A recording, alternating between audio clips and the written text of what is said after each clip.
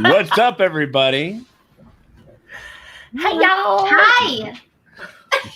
Hello and welcome to Lovecraft Country, Season 1 Spoiler Discussion, Episode 7, I Am. Woo! There we go. I'm all about that.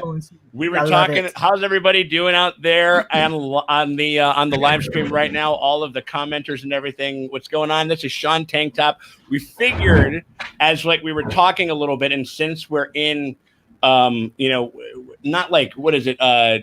What is it when you get stuffed up in your nose, like when the seasons are changing? I'm losing my words right now. Allergies? It's allergy season, and like I can't find my words. Of course, I'm going to be hosting a fucking like live stream discussion. What's going on? Allergies. We're in the allergy season, but we were talking about that, and Maria, who I think has the best radio voice of everyone that's on this stream right now. Yep. I was just like, you got to take it, gal. Like, you got to take it. Like, so thank you so much. Everybody give a nice little clap and some props for Maria. Beautiful. Maria from Lovecraft Country Costuming Podcast. We are so happy to have you back on this one. Also, we are joined by the lovely, the great, the hilarious Manic Meeks. How you doing over there, my dear? I'm gonna be sounding a little low and a little deep. Sorry, y'all. It's gonna be a little Barry White, little Tony Braxton, little T-Boz happening. I apologize. The greatest of the '90s, Exactly. Just right. No. With a Dog Child 99 whenever you want. Yeah. I know. It's like what would that be? Can't get enough of your phlegm, baby. Like absolutely. That's what it was. It's like first thing Monday morning, I'm gonna pack my tears away. Yeah. Okay. There we go. And also we have like my friends and my compatriots, Dustin and Morgan over there at House Straits. How you guys doing over there? We're doing great. Awesome. So excited to be here. Hell yeah, man. Absolutely. And as Maria very succinctly, adeptly, and buttery and sultrily told us at the top of this of our opening right there, we are talking Lovecraft Country, episode 7 of season 1. We're talking it's a fantastic Hippolyta-centered episode called I Am. And we kind of figured that, I mean, shit, like we have probably what I think it's got to be kind of just the strongest love letter to Black women that I think that this season is going to do. It was just so effervescent. I figured that we wanted to have like two of our queens, of the live stream Absolutely. queens, and we're very, very happy, and we're very lucky to have y'all with us, and stuff like that. And they're going to be leading the way for us and everything like that. Just a heads up for everybody before we get going into the discussion. We are doing our super chats as we do every week. Just so y'all know, we raised $407 for Black Lives Matter and Black Lives Matter adjacent bond funds and charities. Last week, it was the most that we've ever done. In total, we've raised $632 for charities throughout our run here on this season. I just want to say thank you to everybody who's thrown down in the super chats. And for this week, what I found was the main one that we're going to be benefiting this week is going to be, if you have a super chat, if you have a question, if you have a theory, if you have anything like that you want to make damn sure that we talk about and that we address before the end of the live stream, make sure that you send a super chat for any dollar amount.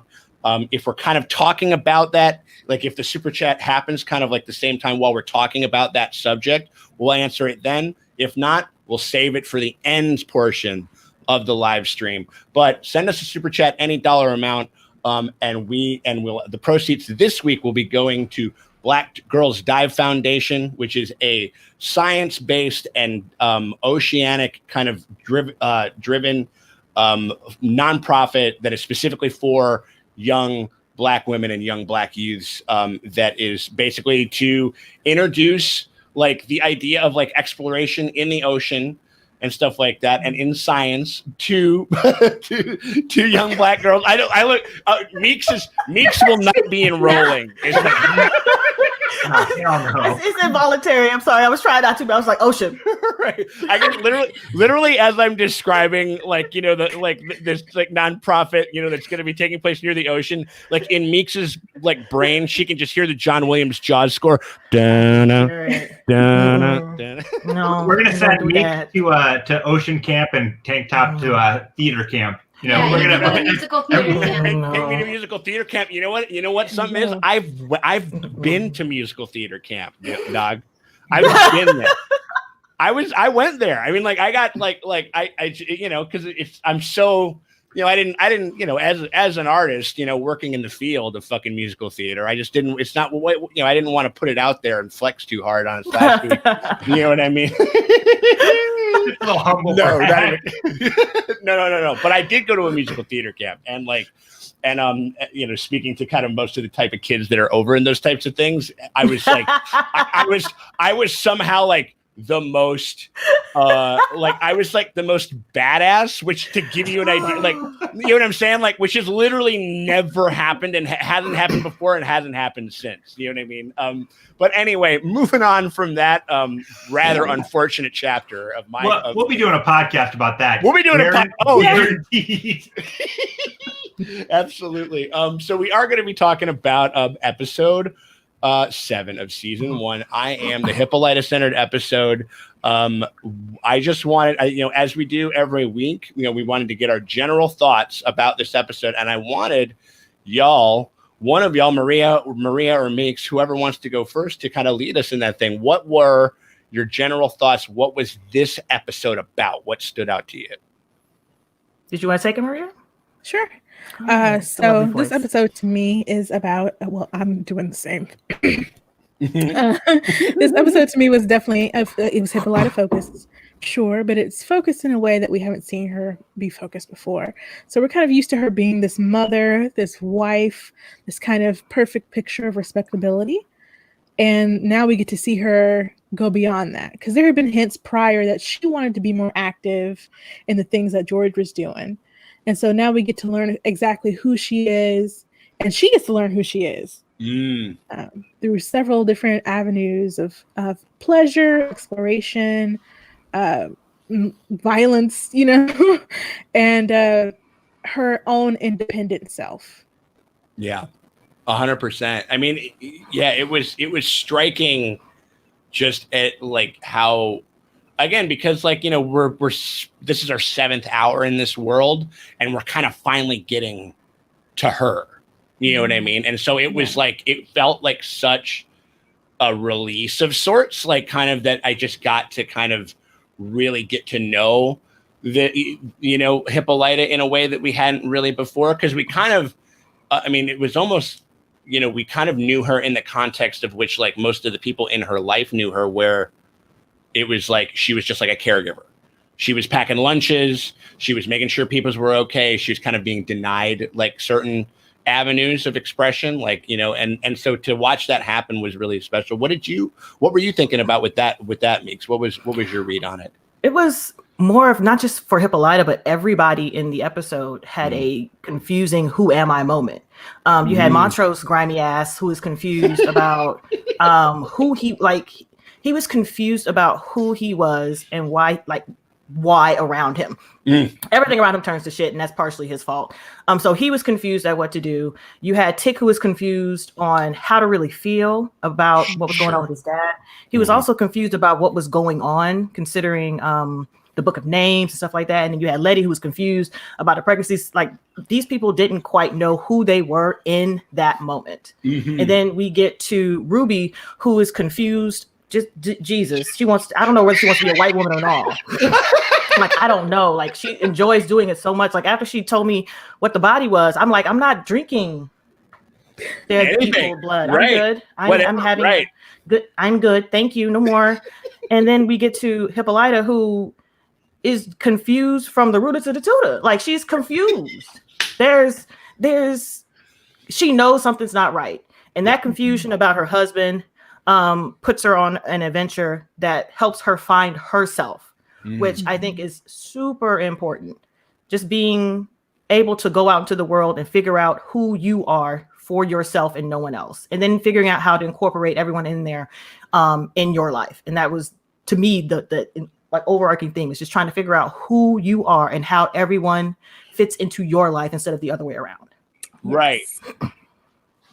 Or to kind of almost like, it's like a good relationship should always be kind of like a collaboration in a way. Like, you got to tell me what you need, I can tell you what I need, and we figure out how to make it without like that really lovely kind of way that they phrased it in the episode about shrinking yourself, which I thought was just a very powerful kind of image. And even like when they kind of initially, when she gets like sucked into the portal or whatever, and they're in that spaceship, like they shoot it with such a wide lens, she seems so small. And then like by the end of the episode, she like, we literally get like these lovely gigantic, like, she turns to the camera as she's leading this fucking like this awesome super badass army and shit. You know what I mean? Like she's filling the framework. She literally grew. 100%. She gives the big speech to inspire the rest of the world. Yes. 100%. I mean, it was just like, it was, and again, like, whenever, I will say this about this show, whenever they kind of tee it up to a performer where it's like, this is your episode, they fucking destroy it. Like that's one thing that I can say about this cast that has been really impressive, is that like when it's like, shit, it's fucking game 7, we got 3 seconds on the clock and this is your fucking shot, and they hit it. You know what I mean? Like, nobody's really faltered. Like, even with some of the characters that I might not be, feeling very much, like you get Poncho's bullshit ass. The allergies. That girl. Allergies. Right. I love it. No, but I mean, like, it's so for like, even if I'm not kind of feeling some of the things that they're doing, they always bring it. And then like, that's one thing about this cast that I think that's incredibly commendable. Another people we should be commending though are the people that are jumping in on the super chats. Also, just like give it up for a fucking Stan Queen on a thing, leading the way over the Maria Studam. Thank you so much. We appreciate that. I'm just following the example set by Meeks over here. There you go. Right? Yeah. Shit, man. Absolutely. I think. Well, here we can actually probably get into this one right now because we're kind of talking about Hippolyta kind of centrally. But this comes from Luminara 843, who has super chatted before. Thank you so much, my dear. Another great episode. Do you guys think that Hippolyta will have her naming powers? Oh, please. When she returns. Hope please. So. Me too. I hope so too. Can you imagine her character being in a shitty ass situation and naming herself out of it? Oh my gosh. And or naming your power away, like naming the power you think you have over her away. Bitch. I really hope we see Hippolyta again. Oh, I feel like we have to. We have to, right? Absolutely. I mean, we will. No, I listened to the Lovecraft Country radio, and one of the writers of this episode, Shannon, who co-wrote the episode, she had like kind of the way she talked about it. It sounded like Hippolyta chose to stay, but I'm wondering if she's doing that on purpose to like throw us off the scent of like he's got to come back, because that was not that clear. Yeah, no. I mean, she's got to come back. I don't know that she'll have the same powers necessarily, because it did seem to be when she was having this conversation with George, she was saying, on this planet, in this space, I'm able to name myself whatever I want. I don't know if that's going to transfer so well to 1955 Chicago. Sure. But it'll be interesting to see at least how that experience will shape her going forward. Interesting. Yeah, it's one of those things where it's like, as long as my whole I think the thing that I'm the most concerned about, at least as far as like her returning and shit, because like we just need some more information, because like, Tick went in for a second, we don't know where the fuck he went, and he like popped out with a book. Yeah, and he came back with a book. Like he went to like a cosmic library, checked out a book that was written by Uncle George, and then I have dumb thoughts on my rewatch. I'm like, is Hippolyta the book? That was like my Game of Thrones did Jon Snow warg into his sword? He warged into the sword. Like thought. Right. Or was Jon Snow was he telling Arya to go? We hadn't started drinking when you did that rewatch either.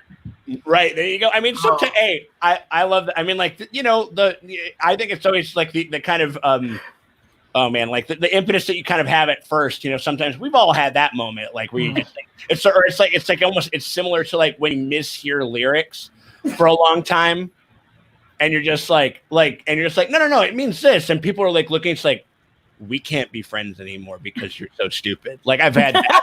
I've definitely had that moment in my life for sure, like a bunch of times.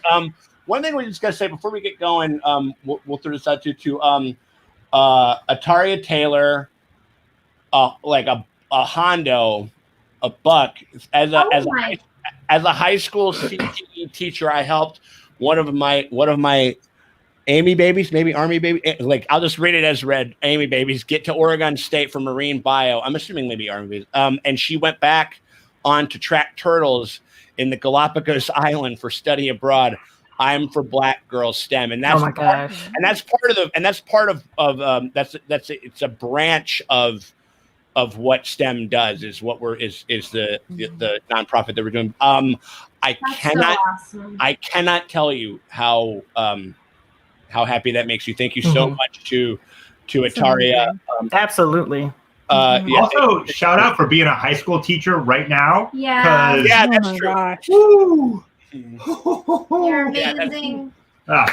We literally don't deserve some of those people, and hopefully we can get ourselves at least to a point where they at least get some of what they're due. But I think does that sort of take care for general thoughts as far as pretty much. Yeah. I mean, my only thing on the general thoughts was that I was like, this was the answer of Ruby had that lovely speech of like, I'm so tired of being interrupted, and we got to see a Black woman completely uninterrupted, where it's like, name yourself. And I just thought that was like a lovely little duality of like, that's why I really love this episode. I mean, well, here before we move on, let's just say this, and I think somebody had brought this up in the comments, and I think I said something maybe a little bit similar in our video, where like this. And this makes me really afraid for next episode and for the next 3 episodes. I don't want to talk about next episode. You know what I'm saying? No. But insofar as like I have never felt as good, as bubbly, as warm, They're as gonna break us. You know what I mean? Yeah, you're right. No, that's what I'm saying. Like, yeah. It's the calm before the storm. A couple of storms actually. It is. Yeah. It's like this is like, oh my, it's like, what is it? In the Red Wedding when the Frey girl comes out and she's kind of pretty, you know what I mean? And everybody's like, oh, this could be actually kind of nice or whatever. And yeah, I don't, man. We'll get there we'll get to it when we get to it. But I think we all kind of we all kind of know what's going on with all that. I will say this, that I felt like I knew I was excited going into this episode, and it definitely delivered. And I felt like I was like, oh man, I hope I don't end up being a hypocrite saying like that I didn't want this Gia centered episode because she's not part of the crew. But I do love that episode. Yeah. But like Hippolyta, like she's OG.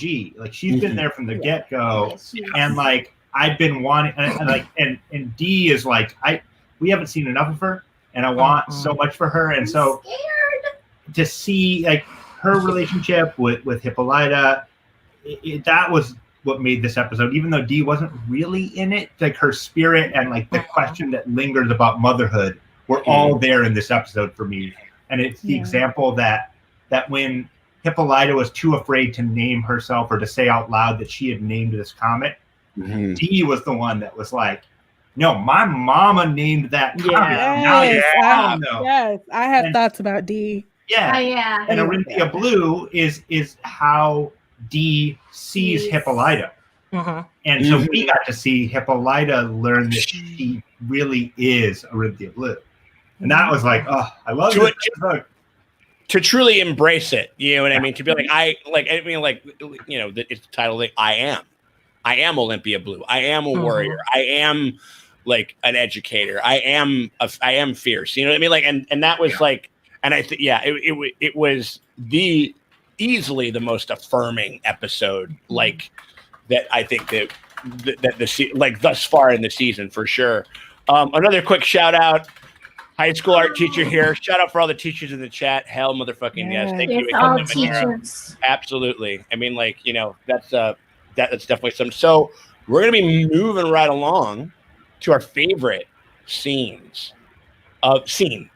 Scene, singular scene. That'd be, we don't have all night if we're doing scenes. So in the beginning, every scene, all of them.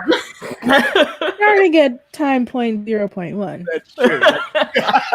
The opening. Right. That black screen was so lovely when it opened up. It was Amazing. beautiful. Next one. Next frame, click it. Favorite scene in the episode, Meeks, what do you got?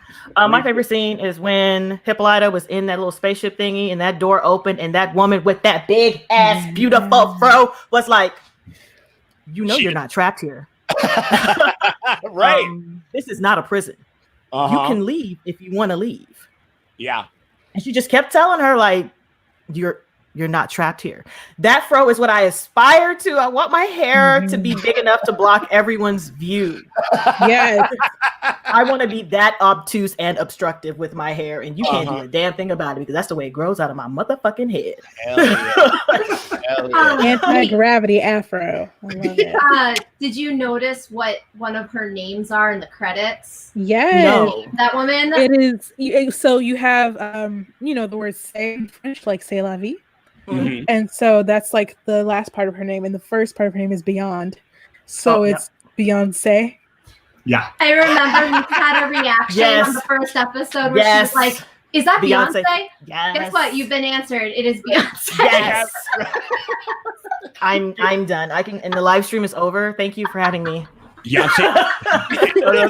That's like the thing. It's like Beyonce confirmed. Like, you know what I mean? Like 100%. I mean, no, that scene, and that was kind of like where the episode really kicked it into high gear. And definitely like showcased exactly sort of like what the episode was capable of, kind of like, and the things that it was capable of and the places that it was going to go, where it's kind of like, and that was another thing that's kind of been cool about this episode is that there wasn't very much horror. It's all fantasy, sci-fi elements. All sci-fi. Yeah, it's all Afrofuturism and speculative fiction. My favorite.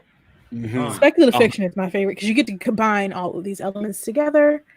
Very N.K. Jemisin style. He's like one of my favorite authors of all time. 100%. Yeah. I mean, it was really. I mean, like it was just like, I don't know. It was kind of.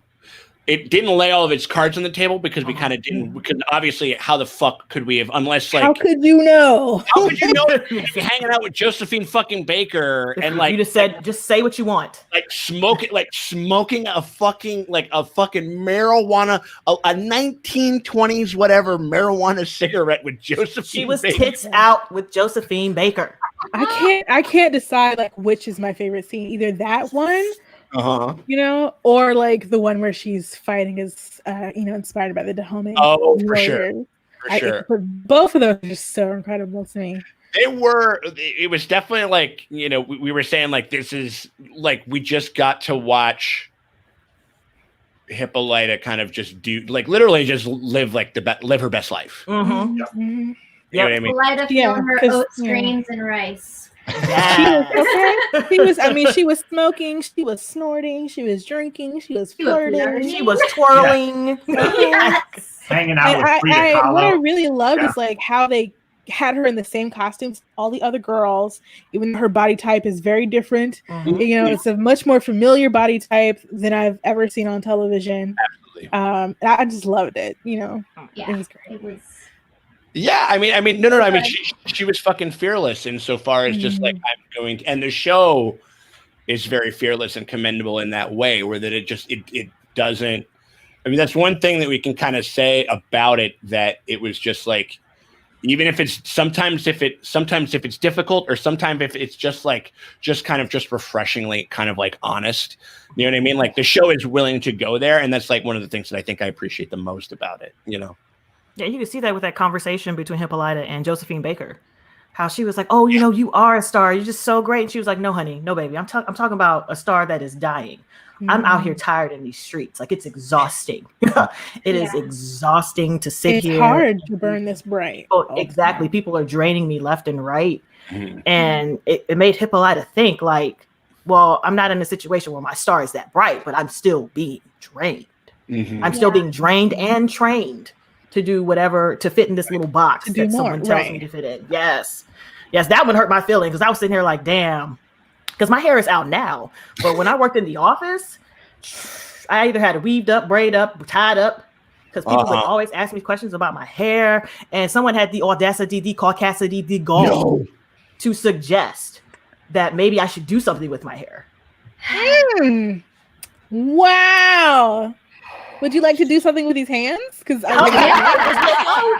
it was real close. I just got silent, and it was a problem because I work in IT, so I'm around a bunch of white guys, and they were just like, "Oh shit, bitch." I was like, "Who the fuck are you talking to?" One of those ones where it's like you want to look around at just some of the other like the other white tech dudes that should know better and be like, "Can you take him out?" Exactly. Can you get your friend? That is whose man is this? Exactly. Like, can you get this person? Whose is this? Can you get this person? Someone so I'm like, him. So I've been always like told that there's certain things you can't do. Like I can't wear certain shirts. I can't wear certain shoes, certain skirts. And at a certain point, I'm just like, you know what? 2 tears in a bucket. Y'all gonna get what you get. Yeah. You gonna get what you get. I'm gonna do what I'm gonna do. And if you don't like it, I'm gonna need you to do you over there. Right. Not in front of me. Well, you ain't gotta look at me. So just understanding being forced into a box and realizing that they're doing it so you're more palatable for them. To them. Yes. And so like, they don't feel threatened by your shine. So, they don't, feel threatened by the idea that they maybe like you in some sort of way. Because, definitely growing up as a fat black girl, like people definitely are trying to make sure you blend into the background all the time, right? Even when it comes to just like fashion companies not making cute clothes in your size, or when it comes to your classmates or adults just making fun of you and telling you what you should and shouldn't eat and all that kind of thing. Or maybe if you, instead of just sitting there on your lunch, you should get up and walk around because it's good for you. Yeah. It's a concern trolling. Yes. Right. 100%. I had a stranger come up to me one day. I had like a chocolate cake in my basket at the grocery store. He rolled up to me and said, because he was in a motorized cart, and he says, if you keep eating like that, you'll end up like me. It's like you clearly have your own issue. Well, that's But I said, that's not weird. A soul. Did not know that man from Adam. I still got that chocolate cake and I ate it, but that happened me for so long. Did the chocolate cake say that, warning, this chocolate cake will make you incredibly rude and audacious? Like, sir, oh ma'am. my god! No, I mean, I thought the interaction between her and Josephine Baker, that was like what you said, when it kind of like it sort of it hit you a little bit when she was just like, "Yo, like I'm like this is tough, like this is hard." The coolest thing about that was that it kind of, because she, initially, obviously she probably grew up loving Josephine, like loving her music. That we were hearing her the music, I think, in the radio when when that awesome little fucking oh god damn it, what was that? Bessie Springfield. Yes, yeah. And that whole scene was like having and like, we heard that before, so that she's a fucking fan. That she loves Josephine Baker. But the coolest thing was that she was like, "Oh wait, like you're also like a human being, and like you shine in ways that I never maybe thought that I could myself. But to see you doing that, and to see you kind of admit that you're not this otherworldly being. It's just something that can take time, take introspection, hard work, you know what I mean? Like in certain degrees, and like to kind of do that and to be oneself. I thought that was incredibly powerful. It was definitely like a little kind of bittersweet on Josephine's part, but it turned into something very kind of very life affirming, kind of like by the end of the conversation. Yes. There was realization, and that was the most important. Yeah. I mean, I love them using Josephine Baker. She's like the perfect kind of symbol Because she did. She seemed like one of the most free women of that time. She was bisexual. She was like, fuck the United States, I'm going to France. She was rich as fuck. She walked the cheetah down the road. Like, she was, but she still died. She died in her bed surrounded by, well, she slipped into a coma surrounded by glowing reviews of her final performance. But it was at 68. Yeah. It was too young. So it's like, as amazing and as free as she was, she dealt with a lot of shit. I mean, that's part of the whole thing about her talking about, you know, she's burnt out or burning out almost, right? Because she's shining so brightly because she did all the things that you talked about, and also she was a spy in World War II, passing messages, and she worked for, she was in the civil rights movement. She was the only woman to talk at the March on Washington. You know, she adopted like all of these kids to try and raise this kind of you know, non-racist coalition of rainbow children, you know. Right. She was like the OG Brad and Angelina, like all of them, every one of them. But absolutely, yes. Continue. Yeah, and then also you had the scene we're talking about with Bessie Stringfield. So you have these two explorers on the road together. Yes. You know, it was just kind of really cool. I remember that. Yeah, that was not one that I remember. It was the coolest thing about that is that it was. I remember it was when she showed up, when they kind of like met eyes on the road, and it was just long enough of a scene. Like, it wasn't like, it was kind of like, it wasn't like an Easter egg in the background. Like, it was definitely like a fucking moment, like that they wanted. And it's definitely something that would cause, because I didn't catch it. You know what I mean? You know, and it wasn't until I think like Twitter or something like that, like, was just like, yo, this is what that was. And you're like, holy fucking shit. You know what I mean? And like, this show does that shit all the time. But like, I do love that the show does kind of gives you a little fucking pat on your ass out the door to go, like, if something kind of like, if they're, you know, they will telegraph it to you. Like it's like, you should maybe, like, was there a question in your brain while this go look it up. Go check it out. Google that. Right. That's my favorite. You should Google that shit. Yeah, GTS, y'all. Like, you know, 100%. Oh my God. And again, thank you to everybody who's throwing down on the super chats and stuff like that. We really appreciate it. Thank you so much for the love. Favorite scene of the episode. Are we good on favorite scenes of the episode? Is that I'm gonna free here. I agree with the Josephine stuff. Yeah, that's stuff. And plus, it was just electric. It was just so effervescent and fucking. You get to see her joy just bloom, you know. Exactly. Her first time cutting loose. Cutting loose. Exactly. You get to see that just happen, and just like, you bitch, feel the freedom that she feels. Right. I'm gonna do the dance with y'all. Like, and it wasn't just. And I do love that it wasn't just like a everything is awesome, like, kind of simulation. Like when she was like the first time that, you know, Josephine kind of shows her the steps that she got to do, and then she like kind of follows her just like a little kind of a puppy dog or whatever, and then the door to that green room just shut. I'm still that was sorry. also a shout out to Josephine too, because like one of her first roles when she was dancing was to pretend to be like this chorus girl who didn't know how to do the steps, and then come back later during the encore and just like be a pro. Right. Yeah. I mean, like, I don't know. I just thought it was like cool. Also, okay. And one other thing before we move on, are we sad that they didn't make out? Well, no, because she would. Well, I'm not, because she made out with Frida, you know. So she doesn't need to, like, you know, we're not going to disrespect Frida and them together. We're not together. So I'm thinking maybe when Frida might have been away, perhaps, you know. But there we go. We're gonna keep it cool when our girlfriend is in town. Not within eye act shot. Right. That's what you're trying to say. Don't act right. Yeah. Not within eye shot. You know, not while Frida is literally giving a toast to everybody, kind of like leading the way, you know what I mean? Like, and being a fucking righteous badass and shit like that. Yeah, I would agree with that. All right, well, I mean, like, we're just moving right along. We got ourselves the episode MVPs. Maria, who was your MVP for this episode? Oh my gosh, I mean, it has to be Hippolyta. I don't. I mean, no. It'd be one of the almost anything that you would say otherwise would probably be like a troll or a gag. You know what I mean? But I mean, like, it was, I don't know. I mean, like, what was, I don't know. She made me feel so many things. What did she make you feel during the episode? Like specifically? Just going on her whole journey So, you get that joy feeling. And then when she gets to the scene where she's practicing to be a warrior and she gives that speech, you get that anger validated, and the whole thing, like, love is not just an emotion, it's an action. And sometimes that action requires fighting. Yeah. And nobody should be making you feel ashamed for feeling that way. Like, you shouldn't feel that way. Like, your feelings are wrong. Just going through that whole thing with her.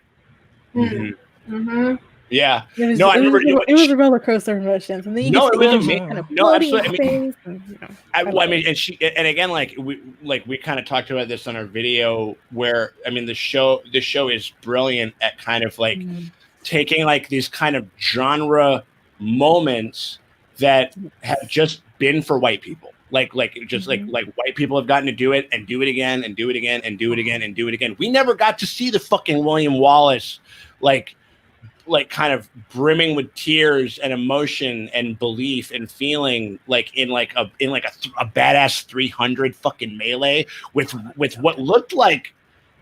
Was I wrong in the fact that looked like Custer? No, it looked very like Civil War, like Confederacy. Yeah, there were. I don't know if they were all Confederate soldiers, but some of them definitely were. But the one that she beheaded looked a lot like Nathan Bedford Forrest to me. Right on. Who was a Confederate soldier in like the first Grand Wizard of the KKK. Right. Yeah. That's the only way I want to see him on screen. Exactly. I mean, like I just think like every time like I see like a Billy Goat looking like fucking backwards ass piece of shit like in those uniforms, I just always think of like, I think of like that, or I think of like Custer, or I think of like that. So maybe that was just my own shit. But yeah, it's just like her fighting that thing, and she even very specifically said like this, like what we're doing right now, this blood that we're shedding, this fight that we're fighting for what is right, and like kind of, and it was clearly like also like a losing battle too, like at the end, but. Fuck that. Like we're going out with our boots on. We're going out standing up. And that is our love. That was a really fucking strong like way to say it. Like chills. You know what I mean? Like absolutely. Well, especially right now where there's a lot on the internet of like tone policing, where it's like, well, you need to love your enemy, and it's just like, no, fuck that.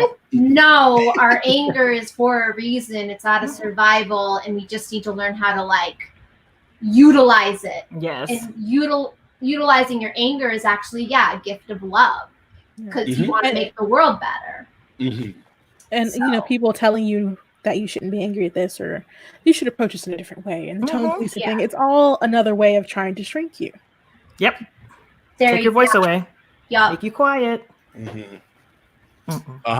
Yeah, I mean, agree. Also, I want to say a big shout out to Tick's Uber driver for getting in there.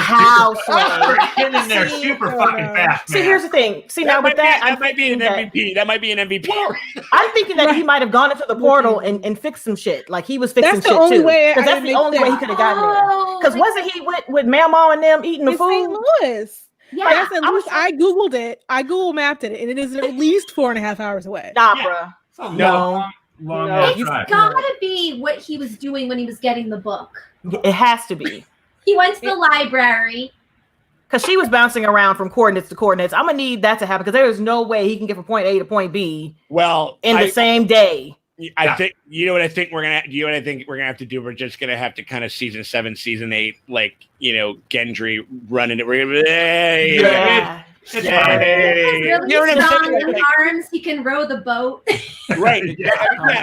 No. If you take a look at Tick's arms, and that motherfucker said, like, I literally I flapped my arms and I flew over there, I would be like, I buy that. You know what I mean? Like, he's a Lord of Storm's End, He's got those guns where you can swing a hammer. It was very Game of Thrones season 7 and 8 travel time. Like, it definitely was. And like, and I mean, like, and definitely just given this show's tempo, because this show is just like, don't look back. Don't look back. We're going like, and I think that most of the time that works in his favor. I think sometimes I'm just like, I wouldn't mind a little slow down every once in a while or whatever it is, But like, just like given what the show has kind of mandated, like that it is going to try to accomplish every episode. It kind of like, it's going to be one of those ones where we're just going to have to just be like, well, I guess we won't be hearing about that. You know, like we're not going to get the backstory on it. You know what I mean? Like, we don't know. I hope they're not going to do any of that shit. We don't know how Yahima's body got disposed of. Yeah. We don't know about any, like, they don't. This show doesn't give where she went. This show does not give a fuck about that stuff, and that's fine because what the show kind of like really looks more into, I think, is like very deep, rich thematic material. And like, and I would rather have, I will forego a couple of what did Hitchcock call? He called them 3 a.m. refrigerator moments. I think it was like when you go down to get like a glass of water, or a glass of milk at 3 a.m. after you've seen a movie, and you just kind of take a drink, and then you go, wait a minute, hold on, he couldn't have gotten there that fast. You know what I'm saying? It's like one of those things where you're just like how did that happen? You know, I will trade that for, for where this show is able to take us with Hippolyta's character by the end of this episode. You know what I mean? Like I'll forego that shit. You know what I mean? Like insofar as if it can get us those moments, you know? Yeah. Yeah. What about episode? Like, did you have a different MVP or another look at that, Meeks, or no? Yes, and the other MVP. Well, we have. Well, you could be the next one. She could be the next one. Is this your low key MVP? You get the low key MVP. Okay, all right. Well, cool. Let's leave with that. All right. Yeah. So that brings us over to low key MVP. Who Beyonce. Beyonce. Yes. She is the one who kicked off the revelation and kicked off the adventure for Hippolyta. Mm-hmm. Yes. Like, just go ahead and name yourself and see where you take you. And then go from there. Mm-hmm. Greatest therapist ever. Seriously. Absolutely. She's like, I can't give you the answer. You have to figure it out yourself, but I'm going to be here for you. Yep. Yeah. However long it takes you to realize that this is not a prison. You can go anywhere you want to go. Mm-hmm. Mm-hmm. There was stuff Can I get her card? I might need to. Like, I need her card. I also need the name of her stylist. Oh my gosh. I'm telling you that the hair dough. Uh-huh. That hair dough. Uh-huh. So also whoever picked out the wigs for Beyonce. Yeah. Right. Oh my gosh, amazing. Does she accept Blue Cross Blue Shield? That's No, and also like, I mean, definitely like that. It definitely reminded me of like, it's like, this is like the tallest, coolest, most futuristic looking like type of Yoda type ever. Cause she kind of did that whole thing. Like, it's like, you know, you're not going to need your weapons. The only thing that's going to harm you is is the baggage that you bring with you and stuff like that. And like all that type of stuff was definitely spitting like all that. It's like when you're talking with your fucking friend who's like trying to get out of the funk of like a breakup, and you know, like what they got to do. They just got to like, they got to like put their energy into some like hobbies and things that can kind of like get through the day and to try to avoid maybe like reaching out or contacting that person. You know what the prescription is, but they're never for you. They're not going to fucking apply themselves until they think of it. You almost have to like incept them. You know what I mean? You got to make it feel like they figured it out and shit. And like, that's definitely sort of the tip that kind of was being followed with that character and with Hippolyta throughout the episode, which was fucking awesome. It was just so cool.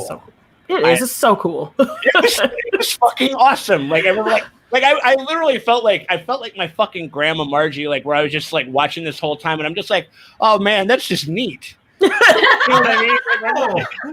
Like I was looking at her and I was like, I wonder how tall she is in those shoes. Like how, like where I need to see. Like, can we see her next to an actual like random, like regular person scale? Right. You know, but I think she's supposed to look that big. You know, Yes. In comparison to Hippolyta, especially in the beginning.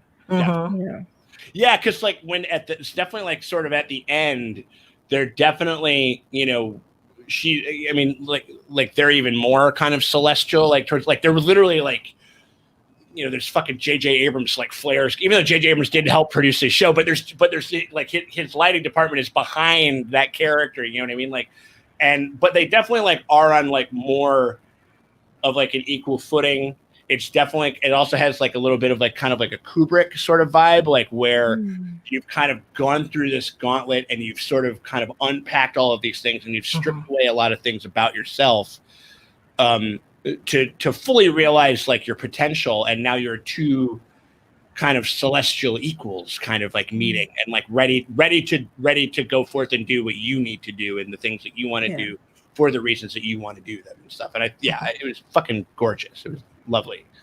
Well, shit. I mean, so that's like low key MVP. You got another one. You got another one up there, Maria. What do you think? Yeah. My low key MVP was Naui, the trainer. Yes. For the warriors here. Get the fuck up. First of all, I love her face. Like her face is just beautiful, and she's got all these scars and everything. Like, and her body's just like you believe she's been in many battles and won. And even though she was possibly hard, I guess she wasn't uncompassionate. And she believed in Hippolyta that she could do this. Get up, do it. You get up. You gotta do it again. Why are we here? Right. Because you didn't believe them when they said, and I love that so much. Her speech was it was fantastic. Also, it's like you want Beyonce as your therapist, and then you got Naui as your trainer. Yes. Your whole life is fixed. Yeah, right. Exactly. And Josephine Baker as your girlfriend. Everything's great. Oh my god. Yeah, I mean, like that. Yeah, that's a true. Oh my god, okay, what was okay, like kind of like a rom-com, like kind of like sister, like we're going like comedy with those four, with Hippolyta, with make you better, Maui, Josephine, and Beyonce, like a Wong Fu, and they're all in a car together. On a road trip. I like it. Or like Girls Trip. Girls Trip, yeah. Girls Trip, but all those characters, like I would love to see what the fuck is going on.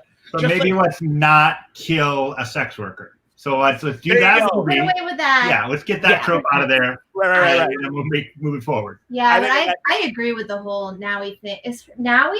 But her speech was just like super cool. So good. I was inspired. She was also just kind of captivating when she was on screen. I just wanted to watch her. I just kept yelling at Hippolyta, like, girl, she said, get up. Like, why are you still on the ground? Follow the instructions. She said, get up, get the fuck up. She's building that belief that I'm like, because the moment somebody yell at me to get the fuck up, I'm like, bitch, well, I'm gonna get the fuck up. Now what? I don't know what's gonna happen after that now, what, but bitch, I'm up. Right. Yeah, it takes a long time to not do that shit that you did when you were like a little kid. When it's like, I am getting up. You know what I mean? Like when you do that weird. Give me a second. Yeah, exactly. We didn't have that, child. We got water. Try that shit if you want to. It's cold out here in these streets. You get splashed with water, get your ass up. You don't need to tell you once. Has anybody ever gotten their water thrown on them by their parents to get them up? Yep. Yes. Me too. No. Definitely. Yeah. Oh, your parents are nice. Not. Your parents didn't waterboard you? Oh no, like that's no, they did not waterboard me, but there were plenty other ways to make sure I was safe. We had the covers rip off. We had the ice water. We had the pillow snatching. There you go. All the above. It was only twice, and it was just because I was such a lethargic piece of shit. Like I don't want to get up and go to church. Like I just don't want to do. The sleep is so much more important to me. I was like 11. Like it wasn't like I was hungover or anything like that. I was just like, I was just like watching like Nick at Night. Like you know what I mean? that was my mom's deal. I could stay up and watch Nick at Night as late as I wanted, as long as I got up for school. And so I was like, sweet. Never there you go. There you go. That was like, and look at me now. Here I am talking about TV. Oh my god! Oh my! You want to know about Mr. Ed? I'm your guy. Right? Exactly. You got it. Why? Right. I did love that show. Yeah, I mean it is kind of great. My two I was sons. more of a Mork and Mindy. That was my I watched that too. Mork and Mindy was fun. Yeah, Mork and Mindy was good. That was my jam. Oh my lord! All right. Well, another thing. Oh, sorry. Oh no! Please, go ahead. Another thing I really love about this particular scene with Naui is that you never really get to see like Black or African women in history on television in any sort of entertaining way at all. No. Like we're slaves. There's a lot of like There's no like Game of Thrones necessarily, like show kind of like equivalent. We're slaves in that too. But like they existed in history, and so it's like crazy that they exist in history. There are like historical figures that are fascinating that they'll go into on podcasts, but like somebody give it to a budget like this. Lovecraft Country is like filling that gaping hole of like why haven't we done this before? I mean, like we have Black Panther, but I think I was listening to the podcast this week and they said that the warriors in the scene are actual historical African women warriors. Yeah, and that Black Panther lady warriors were like based on them. Yeah, they were. So they were. You'll hear them referred to as the Dahomey Amazons, which is kind of why they picked that because Hippolyta, Diana, but they called themselves the Minon, I believe is how you say it. I'm not sure. But yeah, they were a group of women warriors who were fearsome and known for their beheading skills. Oh, amazing. Yeah.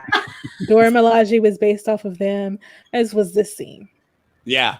I mean, it was and it was very powerful because again, like we're talking about like how, like, they kind of had this like really awesome, like kind of very quick, but very like compact and fun, like just kick ass fucking like fight scene. You know what I mean? Like, and like now you get to have like 300, but headed by a Black woman. You know what I mean? Whereas like in 300, it's people of color that are the weird, the other, the ones that needed to be defended against and shit like that. And I fucking hate that movie so fucking much. Like, you know what I mean? Like it's like, I guess it's well made, whatever. Go fuck yourself. I don't give a shit. Like it just. But it's very meme worthy though. It just right. Oh yeah, it is. No. I mean, like it's got some cool things about it. Whatever. I mean, like, but like literally, like the big like moment is like this is Sparta and kicking a Black man down into a fucking like death pit. You know what I'm saying? Like it was like, and then it had all that Frank Miller horse shit. Freedom isn't free. Like fucking cram it up your ass. Like I don't give a shit. Ableism as well. Yes, absolutely. So it was cool. It was cool to kind of see that get turned around. And like with like this like kind of like AC/DC-esque like kind of like rock playing, it's fucking awesome. It was so fucking fun. It was so much fun. Yeah, and so like it was just a cool again like another way that the show, just another fucking avenue the show like just figures out how to express itself. You know what I mean? Like, and I just it was so fucking so cool.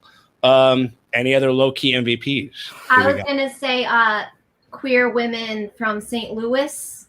Because we had Birdie and what was the lady? Osberta and Ethel. Like Berta and Ethel. It's a theory. It's a theory, right? Because like she's saying, "Oh, we met at church or whatever," And I know, and then we were just like, why not together? Right, my husband died, and then her husband died, and we were like, "Well, what's left?" Right. So we moved in together. I was like, Right. You don't say. Those women's church retreats. Right. Oh, was on the podcast they confirmed it. Like okay. Did they? Yeah.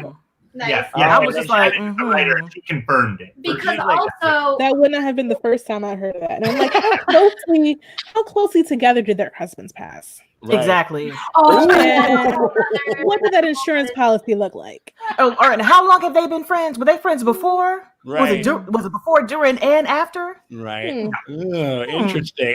We got a nice little pot boiler going. It's like because then my husband died and then her husband died, and neither of them could find the clitoris. So hey, you know what I mean? Like, let's go on an exploration together. Well, because I was gonna say the other famous woman from St. Louis, born in St. Louis, Josephine Baker. Yes. And I have to feel like they did that on purpose. Yeah, there's a lot of things coded within that I think works. You know what I mean? For sure.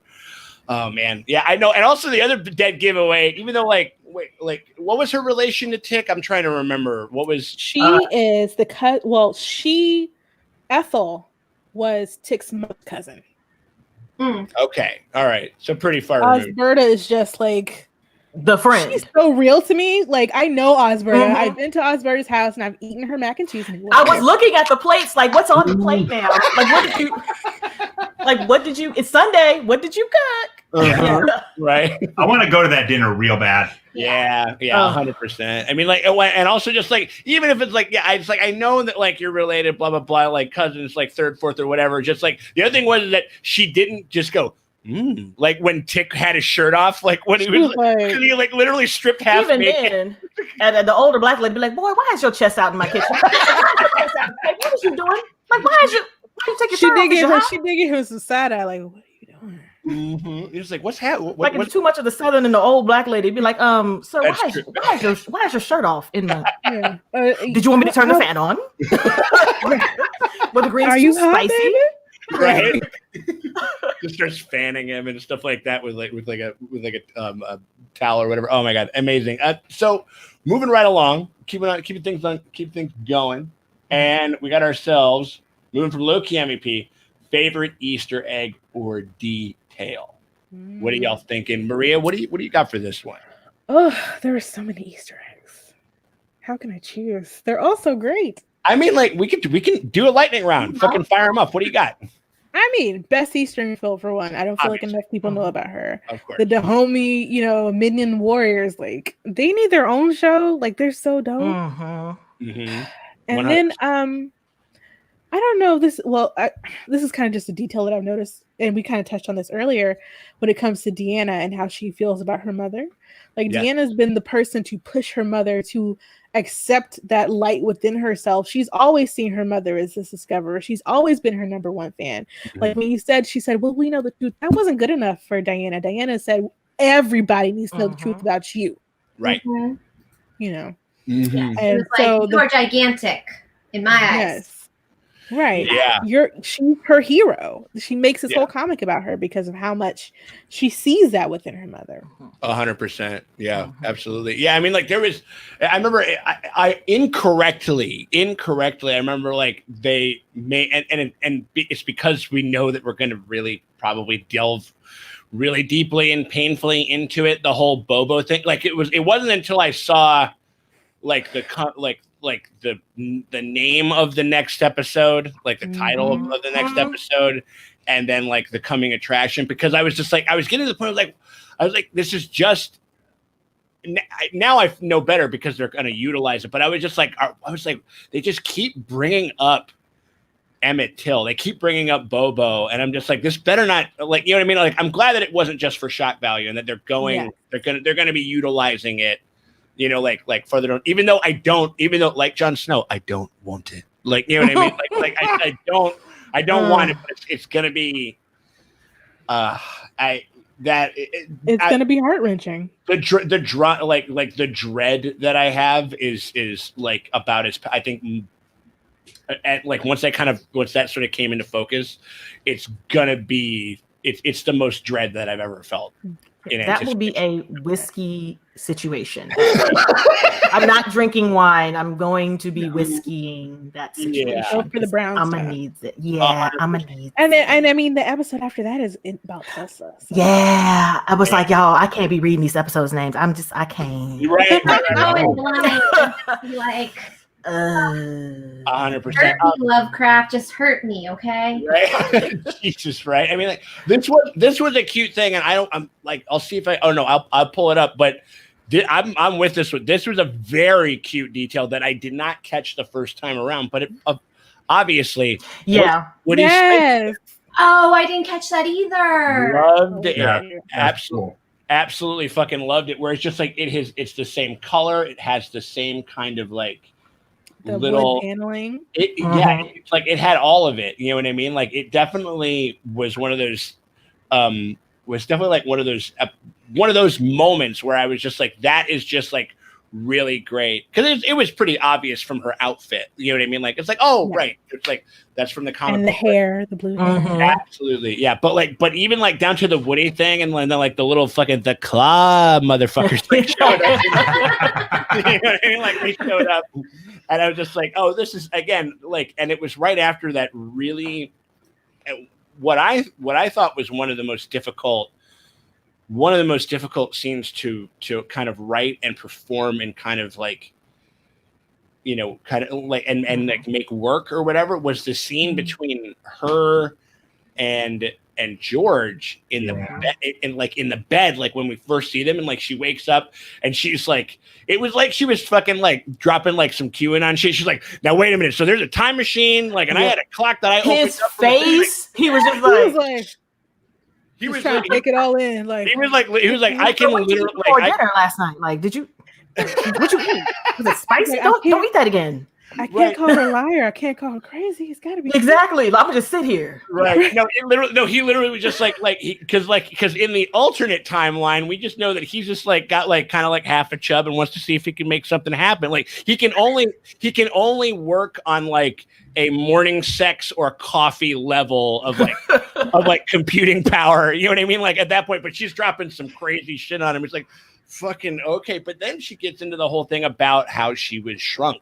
And how it was something, and it was very, I got to say, I wonder if this is another one of those kind of moments where the writers were like, yo, let's bring George back and then hold him accountable. Mm-hmm. Like, because normally so glad they had that scene. It was fucking crazy. Like, it really was, it was really crazy just because it was like, because normally the easy way to do that is to just have like, a Lord of the Rings, Gandalf's back, and now he's like, you know, like now everything is great. I'm so happy. Right. Oh my God, this is so great. No, but like they did not even give it that much. Like they woke up and she kind of immediately started to like get into the nitty gritty of their issues and stuff, and like, you know, and I remember just for a minute just being a little defensive about it, just a little bit, where I'm just like.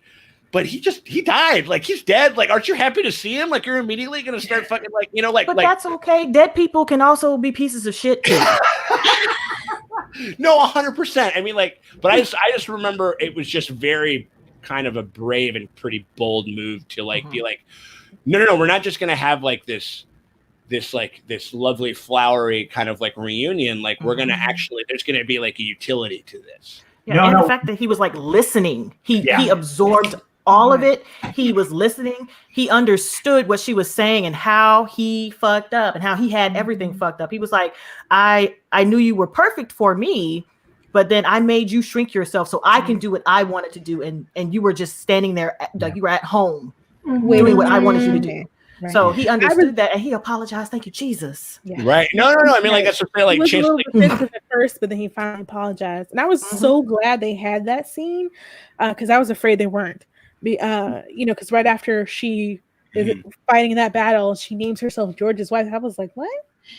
Yeah. I was like, are we doing a self-discovery here? I'm not quite sure why you're defining yourself this way. So when they went to that scene, I was like, okay, good. Because previously, was it episode 1 or 2? He calls her on the phone. He's like, yeah, you know, I know you want to come out on the road with me. So, you know, the next trip we'll go. It was episode 1 because that's when I was. Yeah, it was. It was after the scare at the diner. Yeah. You're right. That's when I knew who was going to die. You know, making plans for the future. Exactly. Like plans that have always wanted to come to fruition for the future. You're dying, my guy. Death. Yeah, but she tells him, you know, you knew I was a discovery. You knew I had this curiosity. He was like, yeah, that's what I loved about you. And that happens to so many women. You know, somebody falls in love with this fire that's like within them, you know, falls in love with them, how they found them. But once they got them, they want you to change. You know?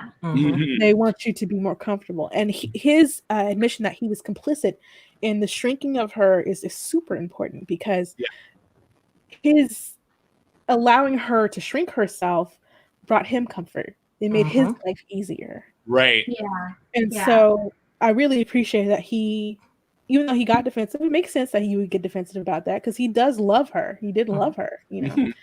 And he did want the best for her and all this kind of thing. But he had to admit, oh yeah, I kind of did like having you come home too. I kind of liked not having to worry about if you were in danger, you know.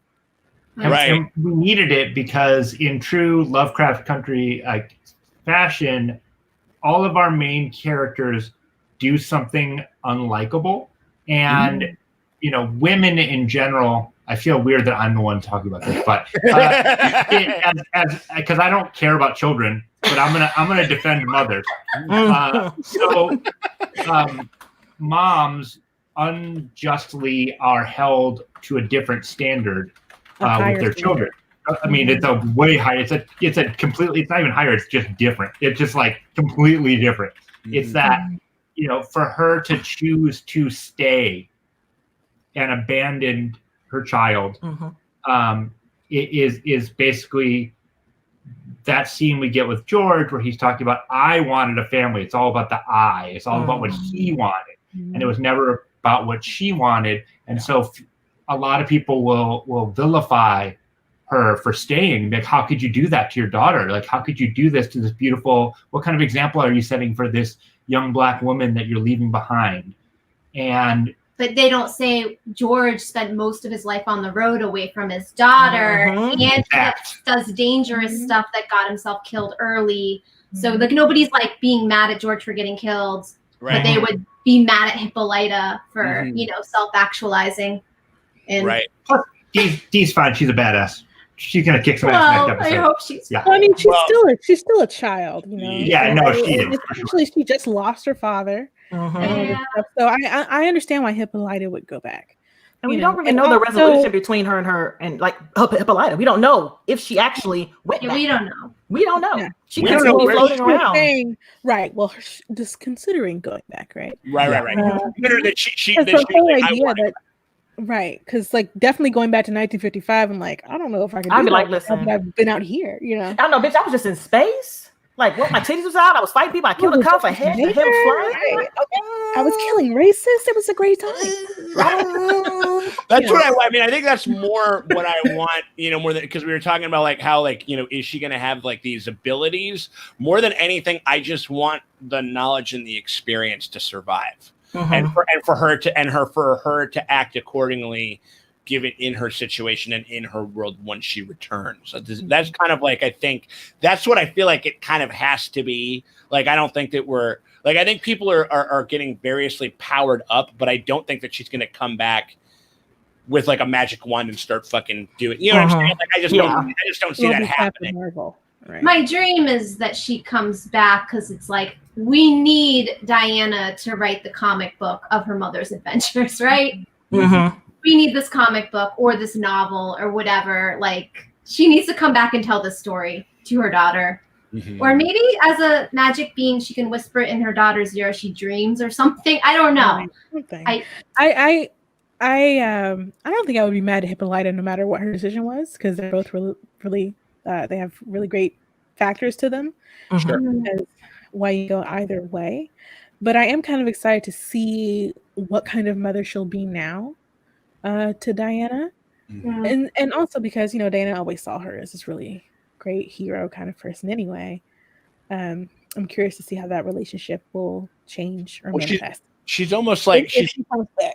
Right. She almost is cashing the check that Diana has been writing for her. Yeah. Her whole life, which I thought was lovely. You know what I mean? I think it's. I mean, like, we will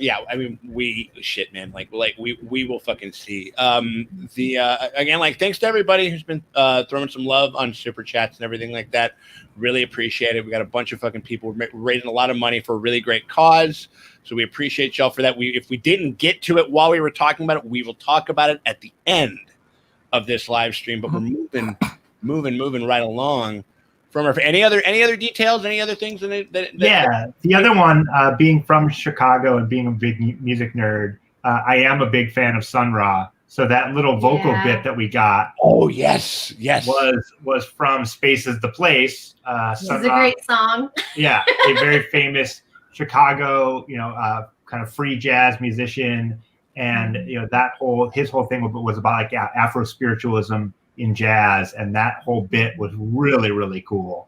I love that use of it. That was playing when they were with Space Woody and they were talking to the alien guys, right? Like when they were sort of expressing, like, probably they're the most perfect kind of union, like that they could have had, like, at least at that point, like for Hippolyta at that moment, you know what I mean? It's like, yeah, we're gonna fucking roll around on fucking spaceships and we're gonna make like a Hitchhiker's Guide to the Galaxy, like that's what we're gonna fucking work on, you know what I mean? Like, yeah, it's Sun Ra talking about Black people as myth, because if we don't exist, or we're myth or legends because we shouldn't be fighting for equal rights.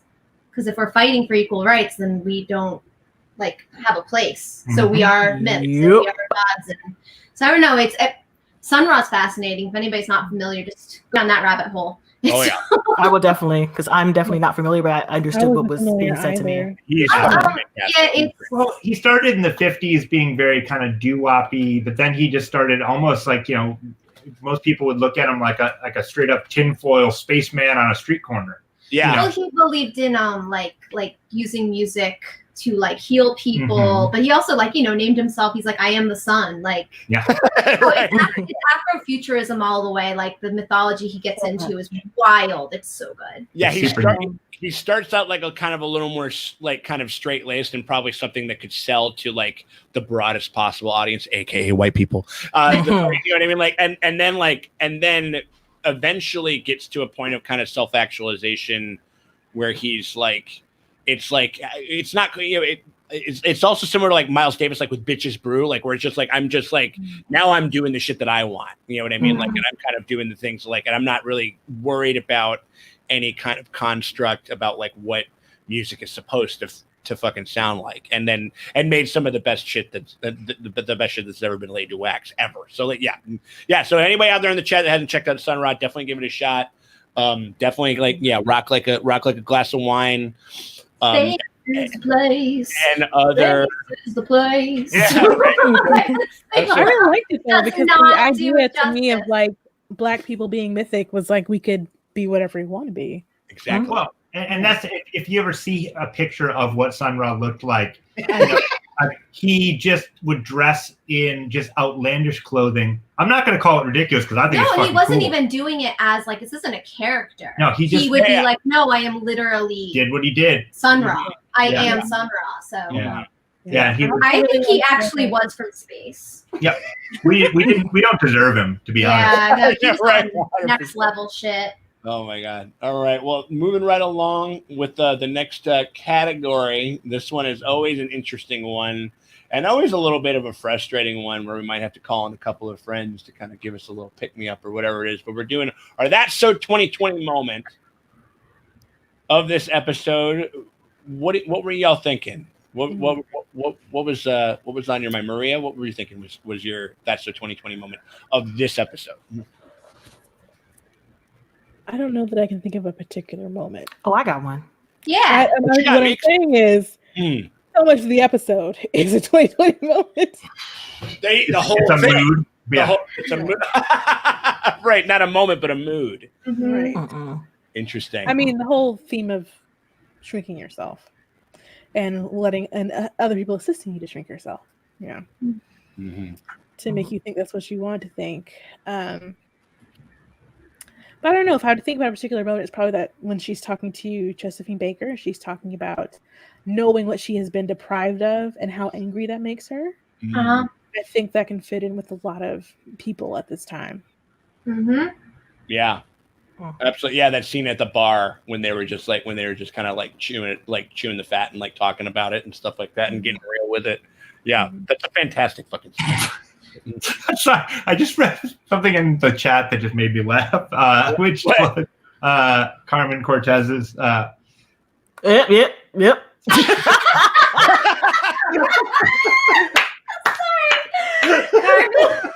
You know what? That's definitely a good one. That's real. I also love how she did not mention that to Tick at all. No, like, and you know, I was afraid. I wasn't afraid of it. Yeah, that's what happened. What else happened? Right. Yeah. So, it went like as the flames were rising up, I couldn't see them because my belly was out to here and shit like that. Like she didn't mention none of those details or whatever. That was frustrating. That we all said that shit like Meeks, you said it in your coverage. Like Maria, you said it a little bit in your coverage in your show. Just like y'all, just like let's have a fucking meeting and like let's get some. Come on. Everybody talk. Just talk. Everybody has pieces of the story. If y'all get together, you will figure out the fuck is going on, so you can slap the hell out of Crystallium. Like we don't go away. Using people for your own gain. Get out of my face. Especially with Ruby, because they're both not telling each other the truth. No, I'm like y'all, and Ruby knows now. Information. And like Ruby knows at this point, because if my sister was involved in something she didn't tell me, and I found out somebody else, you best believe I'd be like, hey. You need to talk. Exactly, like, girl. What I heard was this. Right. Okay, I'm gonna need you to confirm or deny. We got to figure I out don't something. necessarily blame Letty for not trying to worry Tick about a dream pregnancy. So Lies. There's no such thing as a No, dream pregnancy. We Well, are she didn't dream brown. about- You know the rule. she didn't dream about fish, though. She didn't dream about fish. I don't though. dream about fish. I have sympathy symptoms where everything cuts off for me. I don't dream about fish, and I've been right 11 out of 11 times. Well, I mean, you are apparently hooked up to the universe. So I can't even argue with you about that. I'm like, listen, when people But start dreaming about listen. babies, I be like, listen. I'm not saying what you should do. Right. I'm just saying. I'm just saying things. Right. Yeah, I love that. I'm like, yeah, I mean, like that was a thing. I mean, like, well, they're both like, I mean, we also said this on our video where we were like, there's a conceivable like kind of thing where you could be like, how the fuck do I break to somebody that like I was wearing a white woman's skin and they're in a base, you know what I'm saying? Like there's a certain bit of believability, but it's like literally like as soon as it's like when you work in an office and somebody kind of leaves like the first little clue that they think that your one coworker is an asshole. You know what I mean? And then as soon as somebody dips a fucking pinky into that fucking pool, then you guys are like, wait a minute, you hate him too? Like, hold on. Exactly. Floodgates. Yeah. And then everybody's got all the fucking things to say about it, you know? Yeah, I think that was, I mean, it wasn't getting to like Walking Dead levels of stupidity as far as just like, y'all just need to give some fucking information to one another. There's a like kind of with the whole mystical element of it. There's a bit of believability there, but it will be very cathartic when they do that. Like that'll like, they're gonna have to do it now. If Hippolyta comes back, I'm still on the if because there's no, we don't know for sure. We don't know. But if she comes back, she's gonna be like, listen, okay, Tick was there with me. Some shit had happened. Mm-hmm. So Tick, I'm gonna need you to lay it flat. What happened to George? That's the first thing. Yeah. What happened to George? That started off. That's the most important because what happened to George leads you into what's happening to everybody else. Then he died. Yeah. Tick had almost got sacrificed, had to run through a damn house with his great-great-grandmammy leading him pregnant with a book. Like, it just, the whole story comes out. Even if Ruby would just said, I know that money didn't come from mama. Exactly. There we go. Like, that's the opener. Yeah. Well, you're absolutely right insofar as like there's like this dam of like it's like information where all these cracks are forming, but like the one like like in a cartoon, like the one like cork in it is George's death. And as soon as you as soon as you pull that, as soon as Bugs Bunny fucking pulls that shit out, like the whole fucking thing is basically going up and is going to get let loose. So it'll just kind of depend on like how and when they kind of convene. I mean, like not to talk about the next episode, but I feel like we're not gonna get that type of stuff until the end of this coming episode. Like I think they're gonna kind of like leave it lay until somebody in trouble. Yeah. Get him. Yeah, right. Like somebody's in trouble. Yeah, I'm glad everybody makes that same like, right? What? Cops are coming. They're coming for you. Right? Like, yeah. You guys can hear Chicago 4D. You got the full experience. The whole thing. Yeah. As I always joke, I'm like, the city of Chicago is actually the main character of our live stream. Yeah. Right. Totally. Yeah. I mean, like, that was definitely one of them. Is there any other? Are there any other? I have one. Yeah. My favorite one, because I was just chuckling like, really, boy? Ooh, you had tried it. When Tick was trying to get Hippolyta out of her car so he can use it. If that is not like the crackhead, like irresponsible child being like, well, mama, you need to stay home and out these streets because I need your car. Right. That's smart, but not knowing when to have tact. Like, bruh, like, or you could have said, like, we can go together, or if you hadn't lied to her in the first place, your ass could have been in the car and invited on the trip. But no, but how you gonna sit there and be like, listen, Uncle George wouldn't want you out here in these streets doing this. Your book is already done, so why are you out here? I need your car more than you do. The answer is no. Like, the answer was no. There's there's no qualifier for it though. I mean, like that was another thing where it's just like it's one thing that you kind of figure out like a little more grown you get and a little more adult you get, where you're just like, no, this is my thing and I get to do what I want with it. Like I appreciate the fact that like we have a relationship and we know each other, and if and when I am able to help you, what? Sorry. I like you telling off this fictional child trying to steal no, it's not fictional. It's my little fucking brother. Like I just wasn't gonna I was like, who is stealing your car, Sean? Oh my god, no, but like he would be that motherfucker who's like, oh my god, I love my brother so much. But back in the day, like you'd go on like a booze run for him because he's having a party or whatever, and he'd get shitty with you with the kind of beer that you brought back. Well, I just take the shit with me.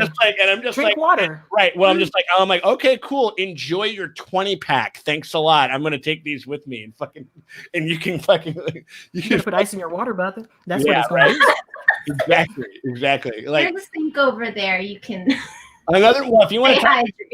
Well, you also want to talk about ungrateful motherfuckers. Like another That's So 2020 moment was Sammy making fucking like doing like hanging went out. To the store to get the food. Went to the store, breakfast. giving Montrose some loving and shit like that. Like just having a good old time, waking up to a fucking cooked ass meal. Like, you mean to tell me that you're gonna suck my dick and fucking get me breakfast? Like, what the fuck are you talking about? Like, and then like running grits or something like that. I don't know. It was just one of those things that was almost all you gotta do is put it on toast. Almost right. Almost more than like any like we know Montrose is a murderer. Garbage. Montrose is he's an abusive dad. You know what I mean? Like all that. But like that almost made me more mad than anything else. On top of everything else, he's a fuckboy. Yes, of course he is. He said exactly. About his groceries because all he had in his. Mickey is correct with the bacon. Where's the beef sausage, bitch? Did you say you like beef sausage? I'm sorry. Were you with me at the store this morning when I bought this bacon for you? Exactly. Or were like you could just say thank you so much, but I don't eat the bacon. Did you want the bacon? Like, bitch, what? Right. There's a subreddit called Choosing Beggars. Oh, he's Lord. That's kind of what that is. Like, Sammy's on there being like, you will not believe this shit. Right. I mean, I said previously, I was like, Sammy deserves better. Yeah, he does. Yeah. It really makes me, but that shit, I mean, like, it makes me nervous. Like, and it's like, because their home is like, they've kind of been exposed or whatever it is. I don't think that he's going to do anything to Sam. I don't think he's going to do anything to Sammy, but I think that something's going to happen and it might spur. Like, I don't know if that's going to, and that will be a bad move if that's how they handle that character. That will be kind of almost like a Yahimo level kind of like blunder if they decide to fridge Sammy. I don't know why I feel that way, but I hope not. You're not the only person I've heard from who feels that something bad may happen to Sammy. I'm the only person. You're not the only person. Oh, okay, sure. I was, it's like, I mean, hey, you must protect Sammy. I mean, I think we said it might be Montrose. Like Montrose might do it. They can't. He's already had a problematic. Yeah, listen. You can't. You have nothing else. All your points are gone. Like, I can't. Okay. I do, and like, but that speaks. That's a testament to Michael K. Williams and to the things, because I still do feel for him. Like a lot, like I really do, like, and maybe that's just the big fucking wire stand in me. Like, I don't know, like, I mean, like, but also just the fact that like, it's like the context and everything, that was like when we've first went pretty hard out for Montrose and we kind of dragged him like pretty hard. Like people would be like, well, you don't understand that this is whatever. It's like, no, I know.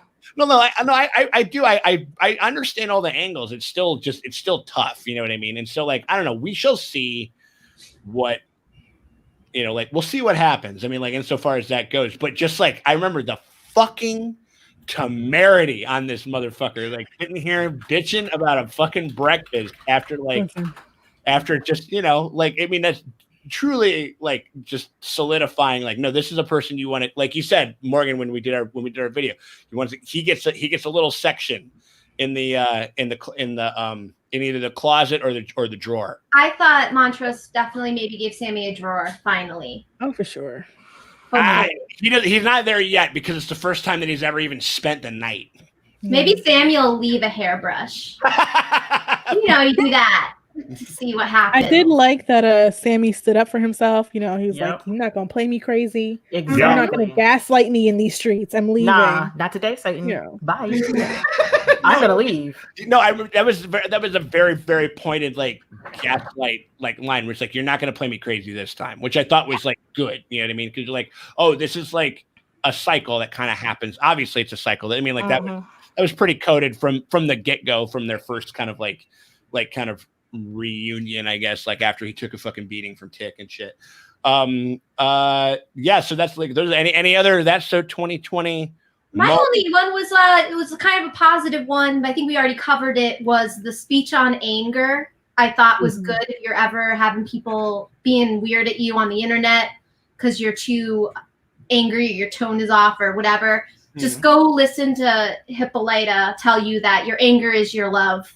Just go listen to that. You'll be all right for 2020. Hey, or not all right, but Mo, that might be the first positive that's so 2020 moment ever.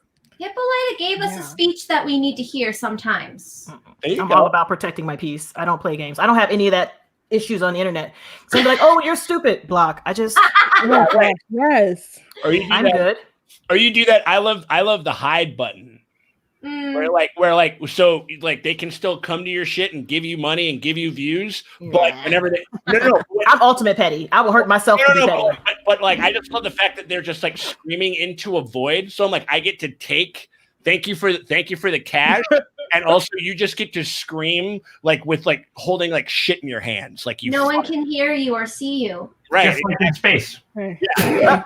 Thank you for the view. I do that for all things, even on Facebook with family and friends. I'm like, a lot of people are here and confused, but let me put this out there for you. If you've noticed in the past few years that we used to talk a lot, and now we don't talk anymore, more than likely it's because of your views on the current political situations. Now, I won't block you completely from my from my page. You can still check in to see how I'm doing, but I don't give a shit about you. So I have muted you and yours, and yeah.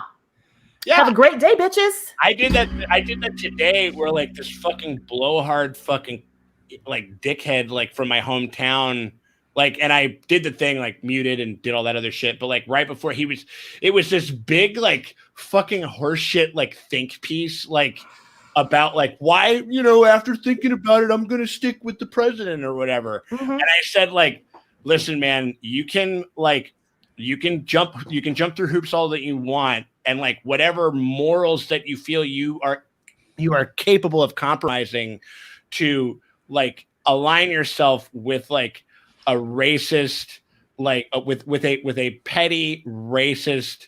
What else did I call him? I called him so many fucking things. All of the things that he is, but like like scumbag, like traitorous douchebag who cheats on his who fucking raw dogs it with porn stars while his wife is pregnant. If you can do that, then that's fine, but we're not gonna be a thing. And then like fucking like, so I've been doing that a lot lately. It makes you feel good, doesn't it? It does make me feel good. Like it does. Like it's like you don't get to have like a nice little dignified. Oh, and the other thing is that he linked a video of like a Trump supporter that was black. They always do that. They love that. They got to find the token. I'm just like, you know what? They love the token. I love taking the trash out. It makes me happy. It makes my place smell better. I have more room for things that I like and I enjoy. You know what I'm saying? Smell better. I love that energy. Yes. I'm like, listen, I can get up here and in the morning I can have my coffee and look at my feed and be like, oh my gosh, look at all these kids. Look at all these nice think pieces. Look at all these pictures, these artists. Look at you guys. Get your life today. Good morning. For real. It has been a long time since I've had anything quite like that on my feed because I would just block people. I don't, no second thought. Oh, really? Block. The last time I think was like when Obama got elected and a high school classmate of mine said he was a communist. No, she said he was a communist socialist. I was like, those aren't the same. No, they're different. No, they well, maybe it was, maybe. Like, I was like, okay, really, you don't understand what's going on? She was like, close enough. And I was like, blocked. Right.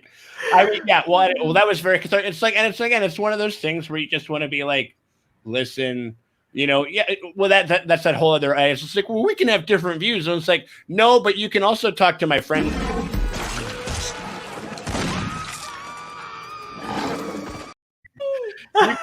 Blinky. We didn't have one of them yet. We haven't done a Blinky in a long time. We haven't needed to though. This was a great episode. I was so happy. That is absolutely a testament to the fucking vibes that this episode brought. You know what I mean?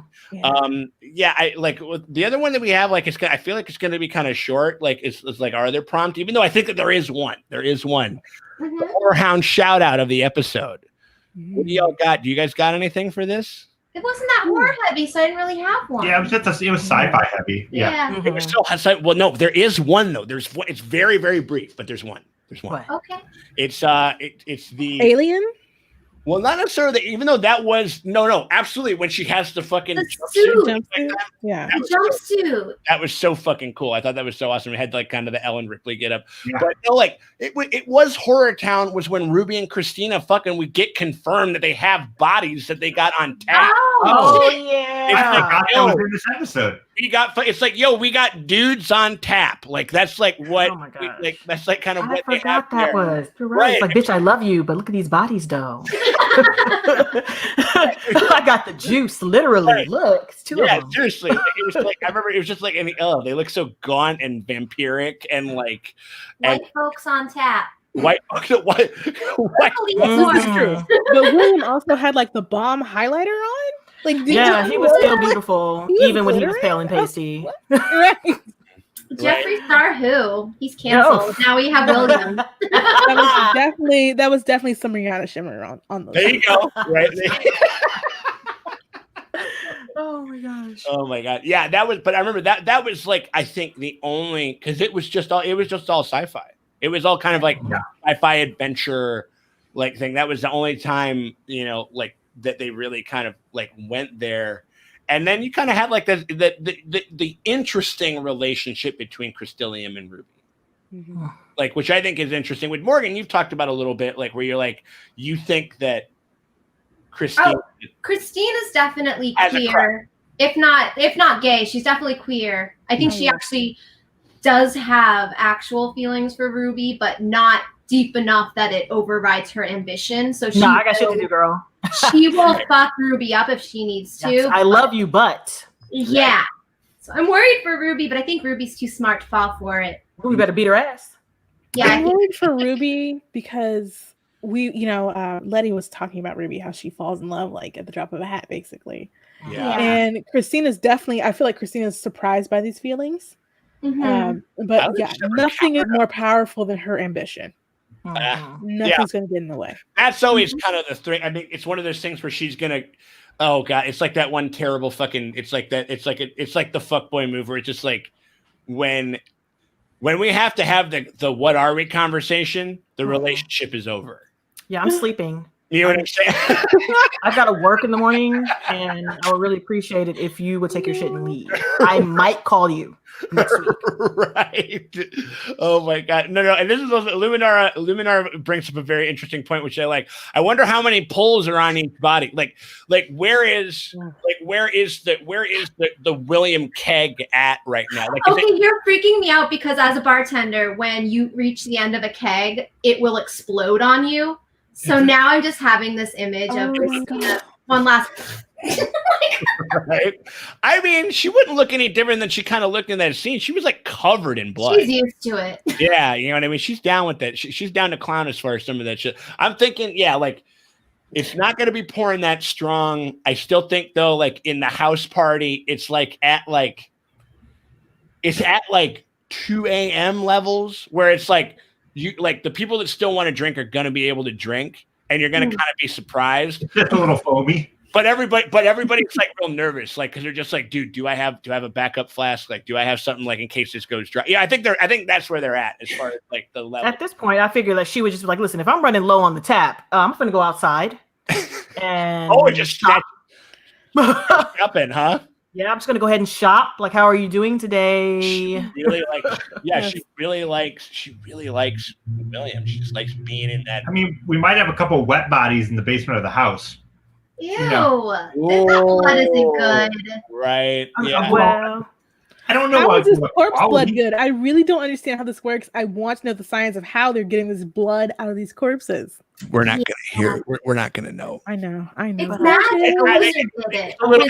I think that's a little like, how did they get there so fast kind of thing. I think they're just gonna. It's gonna. Yeah, it's over there. You know what I mean? Like De Niro and Goodfellas. Yeah, it's over there. So just keep going. Like, that type of shit. You know what I mean? All right, so or Jada Essence Hall. Look over there. 100%. Absolutely. I mean, so that kind of brings it kind of to a close as far as like what we were talking about. Like, we got any what are our super chats? Yeah, we're gonna head on to our super chats. Like that. I mean, like, I think that I'm actually very excited to get into these. Oh shit, I gotta open up my fucking Gmail. That would be helpful. I don't have the thing. Yeah, I gotta have the thing that actually has the thing, because we run a very professional. I like it, sadness. Like, oh my god. I mean, you guys saw how late I was getting that fucking reaction out this week. I mean, like, it's been a rough one. You had some issues. It's all right. We had some stuff, but we're keeping it going. Let's open up the drive real quick. I mean, like, again, thank you to everybody who's chipped in tonight. I mean, like, again, like, this is like, I think we might be able to crack. I think we're gonna crack $1,000. In money. No. Like total. Total, yeah. Right, yeah. That's so great. Right. They really want to see these children in the water. Now that you all thought that I was talking about just in this night alone, you guys are like, all right, I guess it's kind of cool, whatever.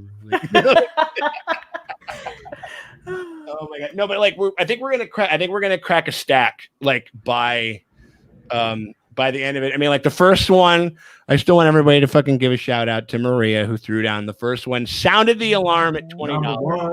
Mm-hmm. Unbelievable. We got with the Luminara threw down $10, and we got to that kind of like while we were in the chat, and that was the one about Hippolyta having her naming powers, like when she returns.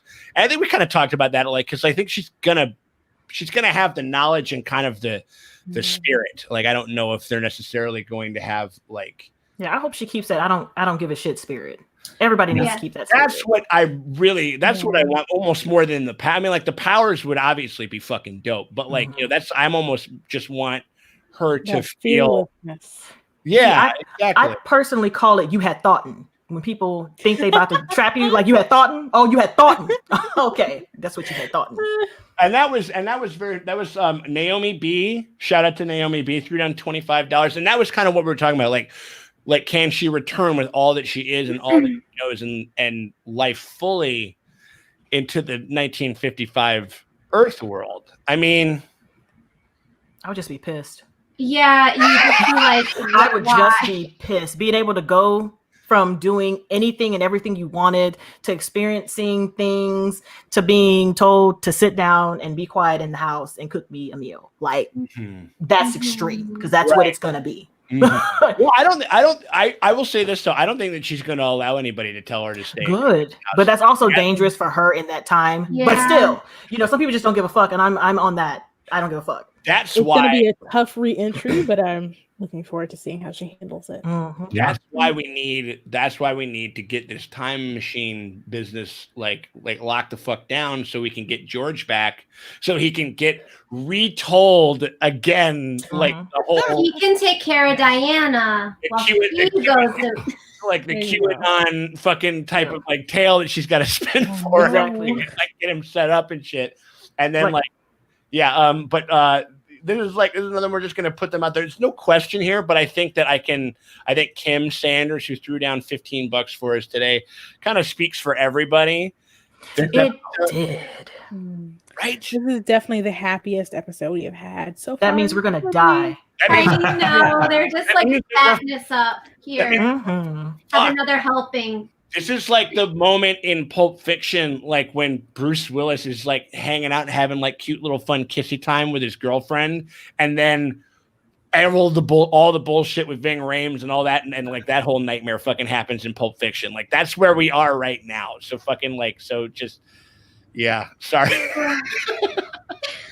Oh my god! Like on the Luminar threw down another again. We're just gonna pop this back up just because the biggest contribution to the night, and like also a teacher on top of that, also helping people kind of like, fully kind of like find their place and express themselves. Like, I mean, like that's just thank you.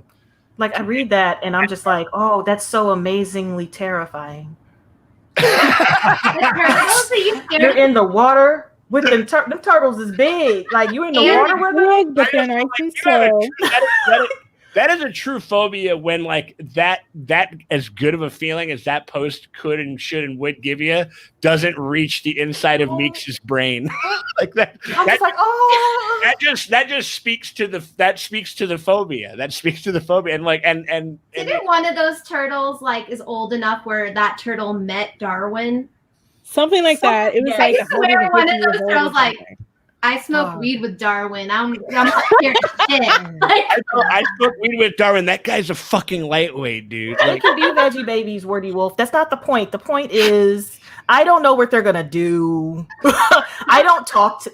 We're not. Right. And in ocean water, I can't see it. I can't see. So they're giant squids. They're literally krakens in the water. They find a giant squid, didn't they? Yes. Video of one. Yes. So scary. And he was just down there like, hey, bitch. Like, I wonder what that calamari tastes like. Because I mean, I'd eat him, but I'm terrified of him at the same time. See, I can't do that. I die. I'm allergic to whenever the fucking squid whenever the squid washes up, just like they kind of got the same thing that like some fish have, where they just look like dumb and surprised all the time. You know what I mean? Like you just like it's like a fish, and it's just like you're like, oh my god, like that you need to picture that when you think about the ocean, because it's literally just some fish just like no. Like that's it. Like they look like dumb and lost. They look well, like. I mean, would you look any better if somebody yanks you out of your home into a world you have never known anything about? That's true. Yeah. And those deep sea fish, they explode. So when you meet them, they're like have their organs outside their body, looking at the sea because of the pressure. Yeah, that's right. They look a little better when they're in the water. That's true. Another $5 from Luminara843. Thank you so much, my dear. Judy, Frida, and Josephine all died too soon. Powerful and talented women. To that I say, indeed. The world will kick the shit out of a free woman. It's like it's the stress. I mean, the stress of like racism, misogyny. It's like has a toll on the body. Yes. So if you're like out there trying to do real shit, like mental well-being, like can account for a lot of that shit. You know what I mean? Like that's why I like we do a lot of we've given money to Molasses, and they do a lot of like self-care packages for like trans women, just because they're like, no, the world is fucking will kick your ass, and you deserve like some CBD oil and a fucking candle, and you go chill. And I was just like, I thought that was like just one of the favorite things that they do is their little like gift baskets. No. I mean, like it's one of the like kind of like when you're in like if you're in the weeds and you're super stressed out, just literally like even just taking the time just to do something for no one but yourself. Like it's like even if it's like not that big of a deal. Like even it's just like watching like one episode of like Pen 15 or something like that. Like oh my gosh. Like I love that show. I love that show. It's really great. No, it's a brilliant show. But like insofar as like just being like this is on no one else's time but mine.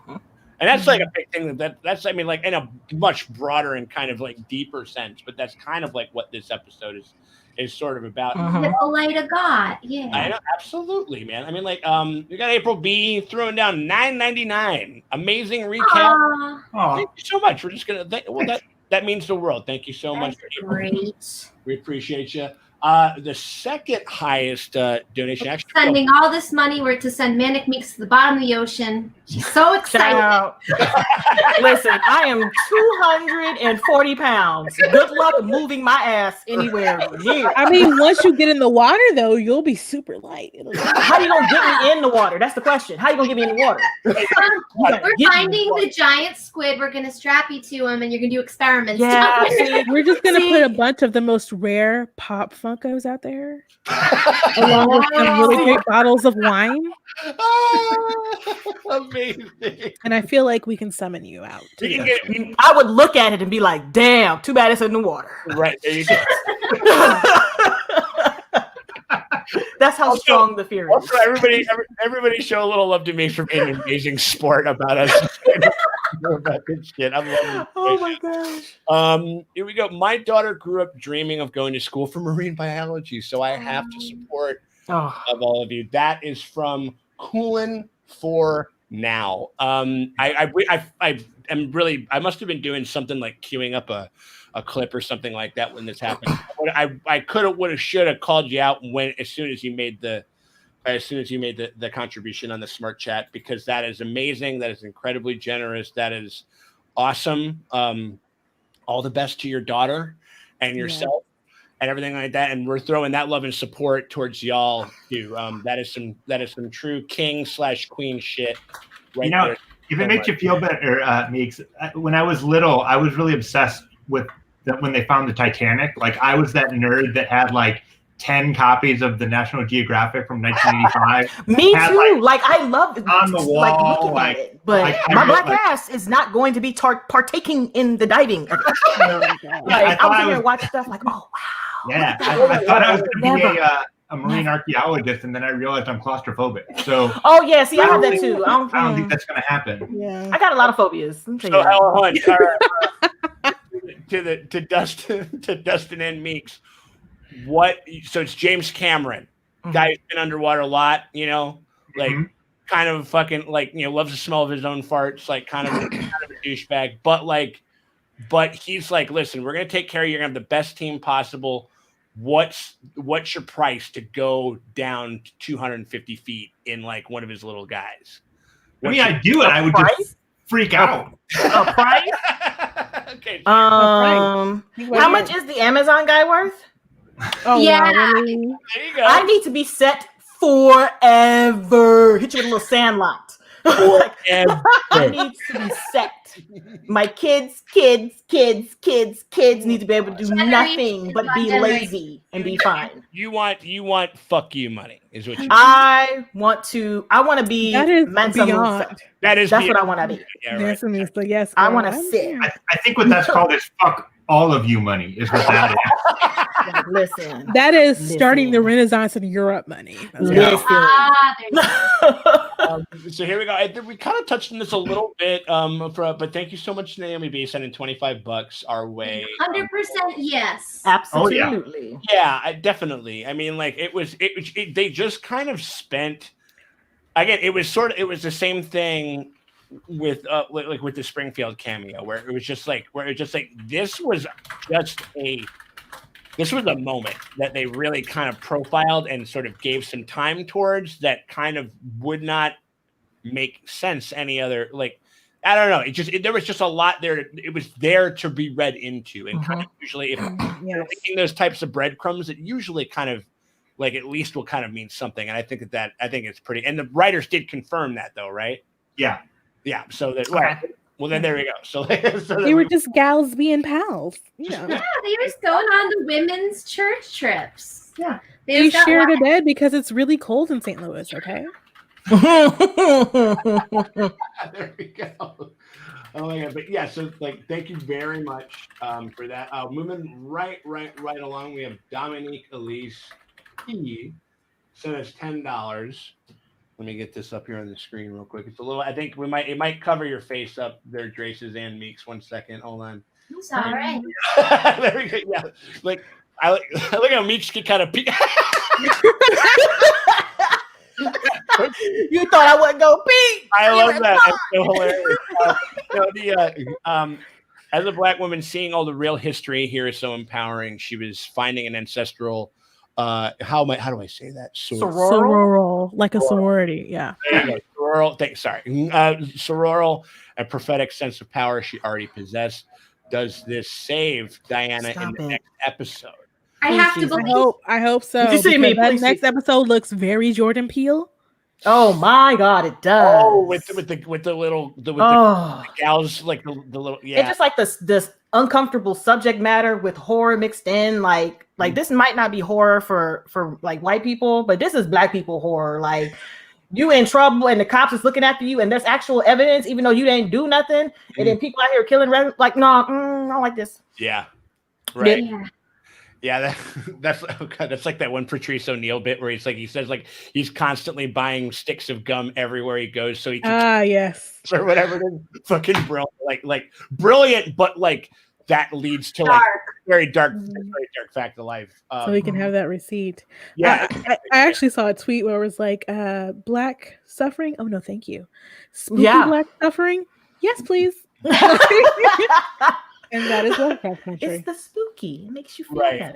We talked about this one. I think this actually kind of prompted it a little bit, but I think Meeks kind of shouted it out right at first. It was from CJ Lorraine, another one of our friends who's gave us a bunch of super chats and stuff like that. 2020 moment. Your nephew just trying to be like, I'm just trying to protect you out of your car. So I can. Like the worst part is only because he needed to use it. Not for any other reason than listen, I need this. Right. He's doing this for you. Exactly. Like, you just lost your husband, your kids out here. Like maybe you should take a weekend off. I'm going to take the car out of your hands. Yeah, you don't need that car. I hate that. Like, I know you're busy and all, but how about you go on a vacation, relax yourself while I sit here and watch the house. Right. Don't you want me to watch the house? You feel better? Like, no, the crackheads, you're gonna sell the house. And it's also playing on things that are very real for her. Like it's not like she is going on a dangerous kind of like journey. She did just lose a husband, and he's like trying to fucking like Uno his way out of this thing, like draw two, take whatever, skip over the other guy, and shit like. And it's just like, hold on, man, like we can't be fucking doing this like the whole way. Kimmy72, Just wanted to send some good vibes, which we always appreciate. Great to such noise. I just wanted to help. We thank you, Kimmy, very much. That's incredibly big-hearted of you, and it's going towards like a really fucking awesome cause. As a couple of educators and people have shown us on the chat tonight, like we've seen the people that do the fucking amazing thing, like shouting it out, and that's awesome. Naomi B, $10. Tick's response to Montrose is true. We didn't really kind of get into the whole homophobic kind of element of it, which, was, I think you said, well, here, let's do it. Tick's response to Montrose's true self. I think he's so tired of the lies and then to realize the beatings he endured had nothing. Yeah. That was tough. That whole thing was tough, but unsurprising. Definitely with the slur. I was not ready. I don't people like gave me it. so much shit in my videos for it. I'm like, listen, number one, I don't like that word because I have the argument right now, people in my family, about that fucking word. Like dog. You can't just run around here saying that shit. No. That's disrespectful. Because if somebody disrespectful to you, you want everybody to jump in and beat their ass. Like, listen, you can't do that to people. No. So I'm just like, on top of that, and then it's fucking Montrose. Like, damn, dog, if you weren't such an ass fucking hat, I would feel bad for you. You know what I'm saying? I would sympathize with you. But you were a dick lick. Like, why? Like, you are supreme garbage trash water, right? Who abused the son because of your own issues and your own problems. Right. And now he's pissed off and he's like, the first thing he wants to do is fight you. And I'm just like, bro, I'm tired. Like this man and this negativity and this just Jesus. The offense. That's the only way Montrose knows how to respond is to fight. Absolutely. Yeah. And that's it's kind of the thing. It's like the one kind of that's like the one kind of asterisk when you're looking up the stats that just sort of keeps you from like going super whole hog, just get him the fuck out of here. You know what I mean? Like just because his journey probably has been so difficult, like coming from like every angle of his life. But it still is like, again, it's like what we said before, like, you know, it's like if you have like a history of alcoholism, you're still going to jail if you drink and get behind the wheel of a car and run somebody over.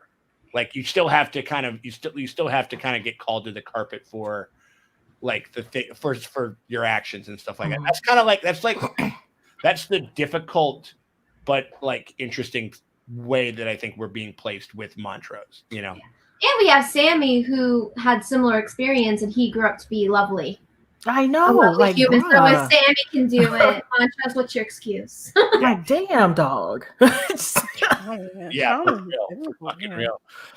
Moving right along, we're gonna do our last couple of ones. Thank you again to everybody. Seriously, like this shit is like is as life affirming as this episode kind of feels. Nathan Bedford Forrest got his head chopped off in this episode. Just $5. Just for that. You know what? Make a Confederate statue out of that. Just a bloody stump and bronze it. Oh my God. You can have the statue. Just as long as they're beheaded. Like a Khal Drogo. You want crown? A fountain with red dye.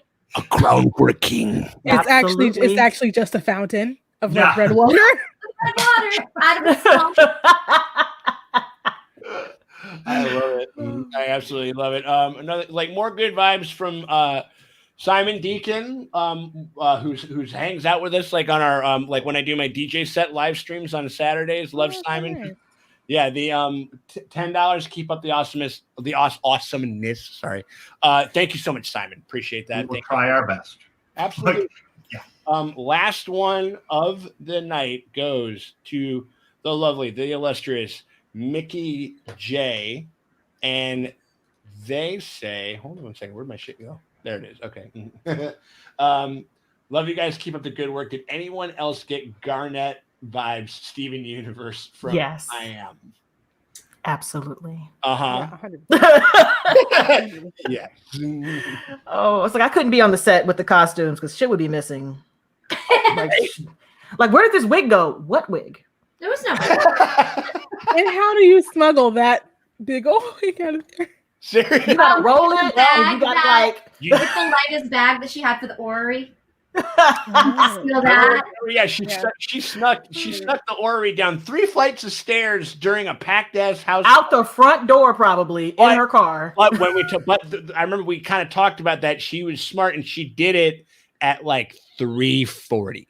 Oh, so you sneak the wig away when everyone's when most people have gone and the people that are there either can't see you or won't remember seeing you anyway. You know what I mean? Like, so that's what so that's kind of like I think 3:40 at the rap party of this episode is when you sneak out the I Am wig. Exactly. Where they're handing out the good jobs. I mean, I love it. Well, I mean, we didn't even talk about Ruby's shorts. Oh my God. The way she was perched in that damn window with the shades, unbothered. Like, here come this bitch. Yeah, right. Legs all greased up, you know. Oh man, I love it. That is exactly how you do it. To see like kind of like a black and white like photo of that. You know what I mean? Oh, that would be gorgeous. Her like that would have been fucking amazing. Yeah, I mean, like I'm sure there's some. Yeah, she was her. I mean, obviously the style just is out of control on this show. Yeah, like, really just for everybody. You know what I mean? Like there's no like other than like what's the name of the shovel head lady that turned into Ruby? What's her name? Oh, Dell. I call her the racist shovel bitch. Yeah. Right. The dog whistle lady, because she's just a dog whistle that walks around. Like other than like her and the fucking and like the whatever the Amish that are over there, like everybody's style is on point. I mean, like even fucking like even the original like even like, you know, the original Blinky, that like the guy that turned into Blinky, like he looked like he was in a Gap commercial. He's still on his khakis on like for a minute, shit like that. You know what I mean? Like he's gonna start swing dancing and shit like this old from the 90s. Oh, the mellow. You know what I mean? Start playing Brian Setzer Orchestra. Like, man, I mean, even the Mudong from last episode, she was fresh in her fur, man, and the feather in her cap, and the winter whites. I was like, bitch. Maybe I can live in the woods too if I can. Yeah. 100%. Well, I mean, that brings us to the end of the super chats. One thing I did want to say, we've never played other than the Blinkies, we have never played a clip with audio from this show, and I just wanted to. It was this was just my favorite line from the episode, and it was one of the final lines of Hippolytus in this episode. I just wanted to like first because we're gonna need him. With this next weekend with this episode coming, wanted to play it because it was just like when I watched it a second time, it didn't hit me the first time, I think, because it's such a, you know, you're kind of getting hit like what is happening, like what is happening, what is going to be happening now. But like now that I kind of was able to just kind of marinate in it, like I got really teared up on this one, and it's just so good. I just wanted to like share it with everybody. I love this line. Here we go. How can I fit in everything that I am now? Yes. How can I fit in everything that I am now? She is no longer shrunken. No, not at all. You know what I mean? Yeah, she's literally bigger, and she doesn't know how to get it all in. She feels so capable and so empowered, and you know it's one of those things where you think about like the machinations of society and the things that like, you know, that we put on, that we, the human race, put on each other. And it's like, how many, you know, it's like that fucking what if, especially about like racism and especially about bigotry, that really fucks with me is like how many black, like, Einstein women like did we lose to like to racism, to poverty, towards all these things, like, and for this show to take the time and to do the work to bring such a lovely, empowering kind of message for people was, I don't know, it just, and like for me to be able to share it with y'all is like, and everybody on the chat and everybody in this live stream, it's been easily one of the best things that I've ever done with this channel. And so I just want to say thank you to everybody in the chat and everybody on the live stream. Thank you. This is a lot of fun. I don't have anybody to talk to.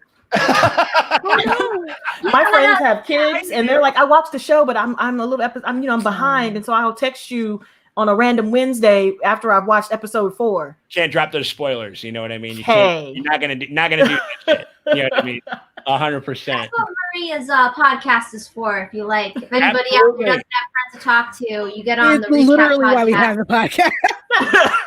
Yeah, 100%. I mean, yeah, Lovecraft Country Crossing. I'll drop the link I'll pin a comment after this done if you guys want to come back and get a link to that. Also, if you haven't fucking seen it, we've given you every goddamn reason that you could need, every piece of shred of evidence to go over and check out Meeks' channel, which is an absolute blast. So much fucking fun. All the things.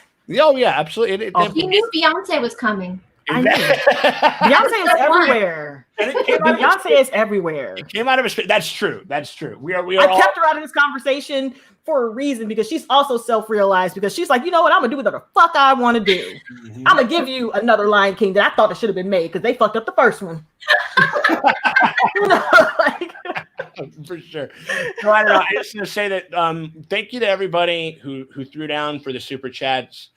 To everyone, to Naomi, Alicia, Simon, CJ, Marisol, Wordy Wolf, Naomi, like Alicia, everybody, Chance, love you, Stacy. It's been lovely to hold Hold on, who the fuck is calling me? I'm trying to say something nice, Mom. We're busy. Janine, it's literally. It's Mom. It's literally Janine. Look, I'm busy, Mom. Right. Yeah. Don't open the door. I'm not wearing pants. Right. Yeah. Right. Shit. I mean, like, amazing. But I just want to say that everybody else who threw down for this and just hangs out, we love seeing you. It's like it's one of the highlights of the week, and stuff like that. Go check out Maria's show, Lovecraft Country Crossing. Awesome podcast. Check out Meeks' channel. We appreciate y'all. Man, like, well, I guess we'll see what happens next week. I'm afraid, but the thing is, but you know, it's like, what's that thing? We don't like, all like, you know, in the end, pretty much all we got is each other. So whatever that kind of thing happens, that's one thing you got to remind ourselves as far as like that goes concerned, like in this show, in the show's narrative and outside and every other else. So everybody stay safe, wear your mask, take it easy, take a little time for yourself, reaffirm yourself. Don't let yourself be shrunk, and we'll talk to y'all later. Later, everybody. Bye, guys. Take it easy. Bye.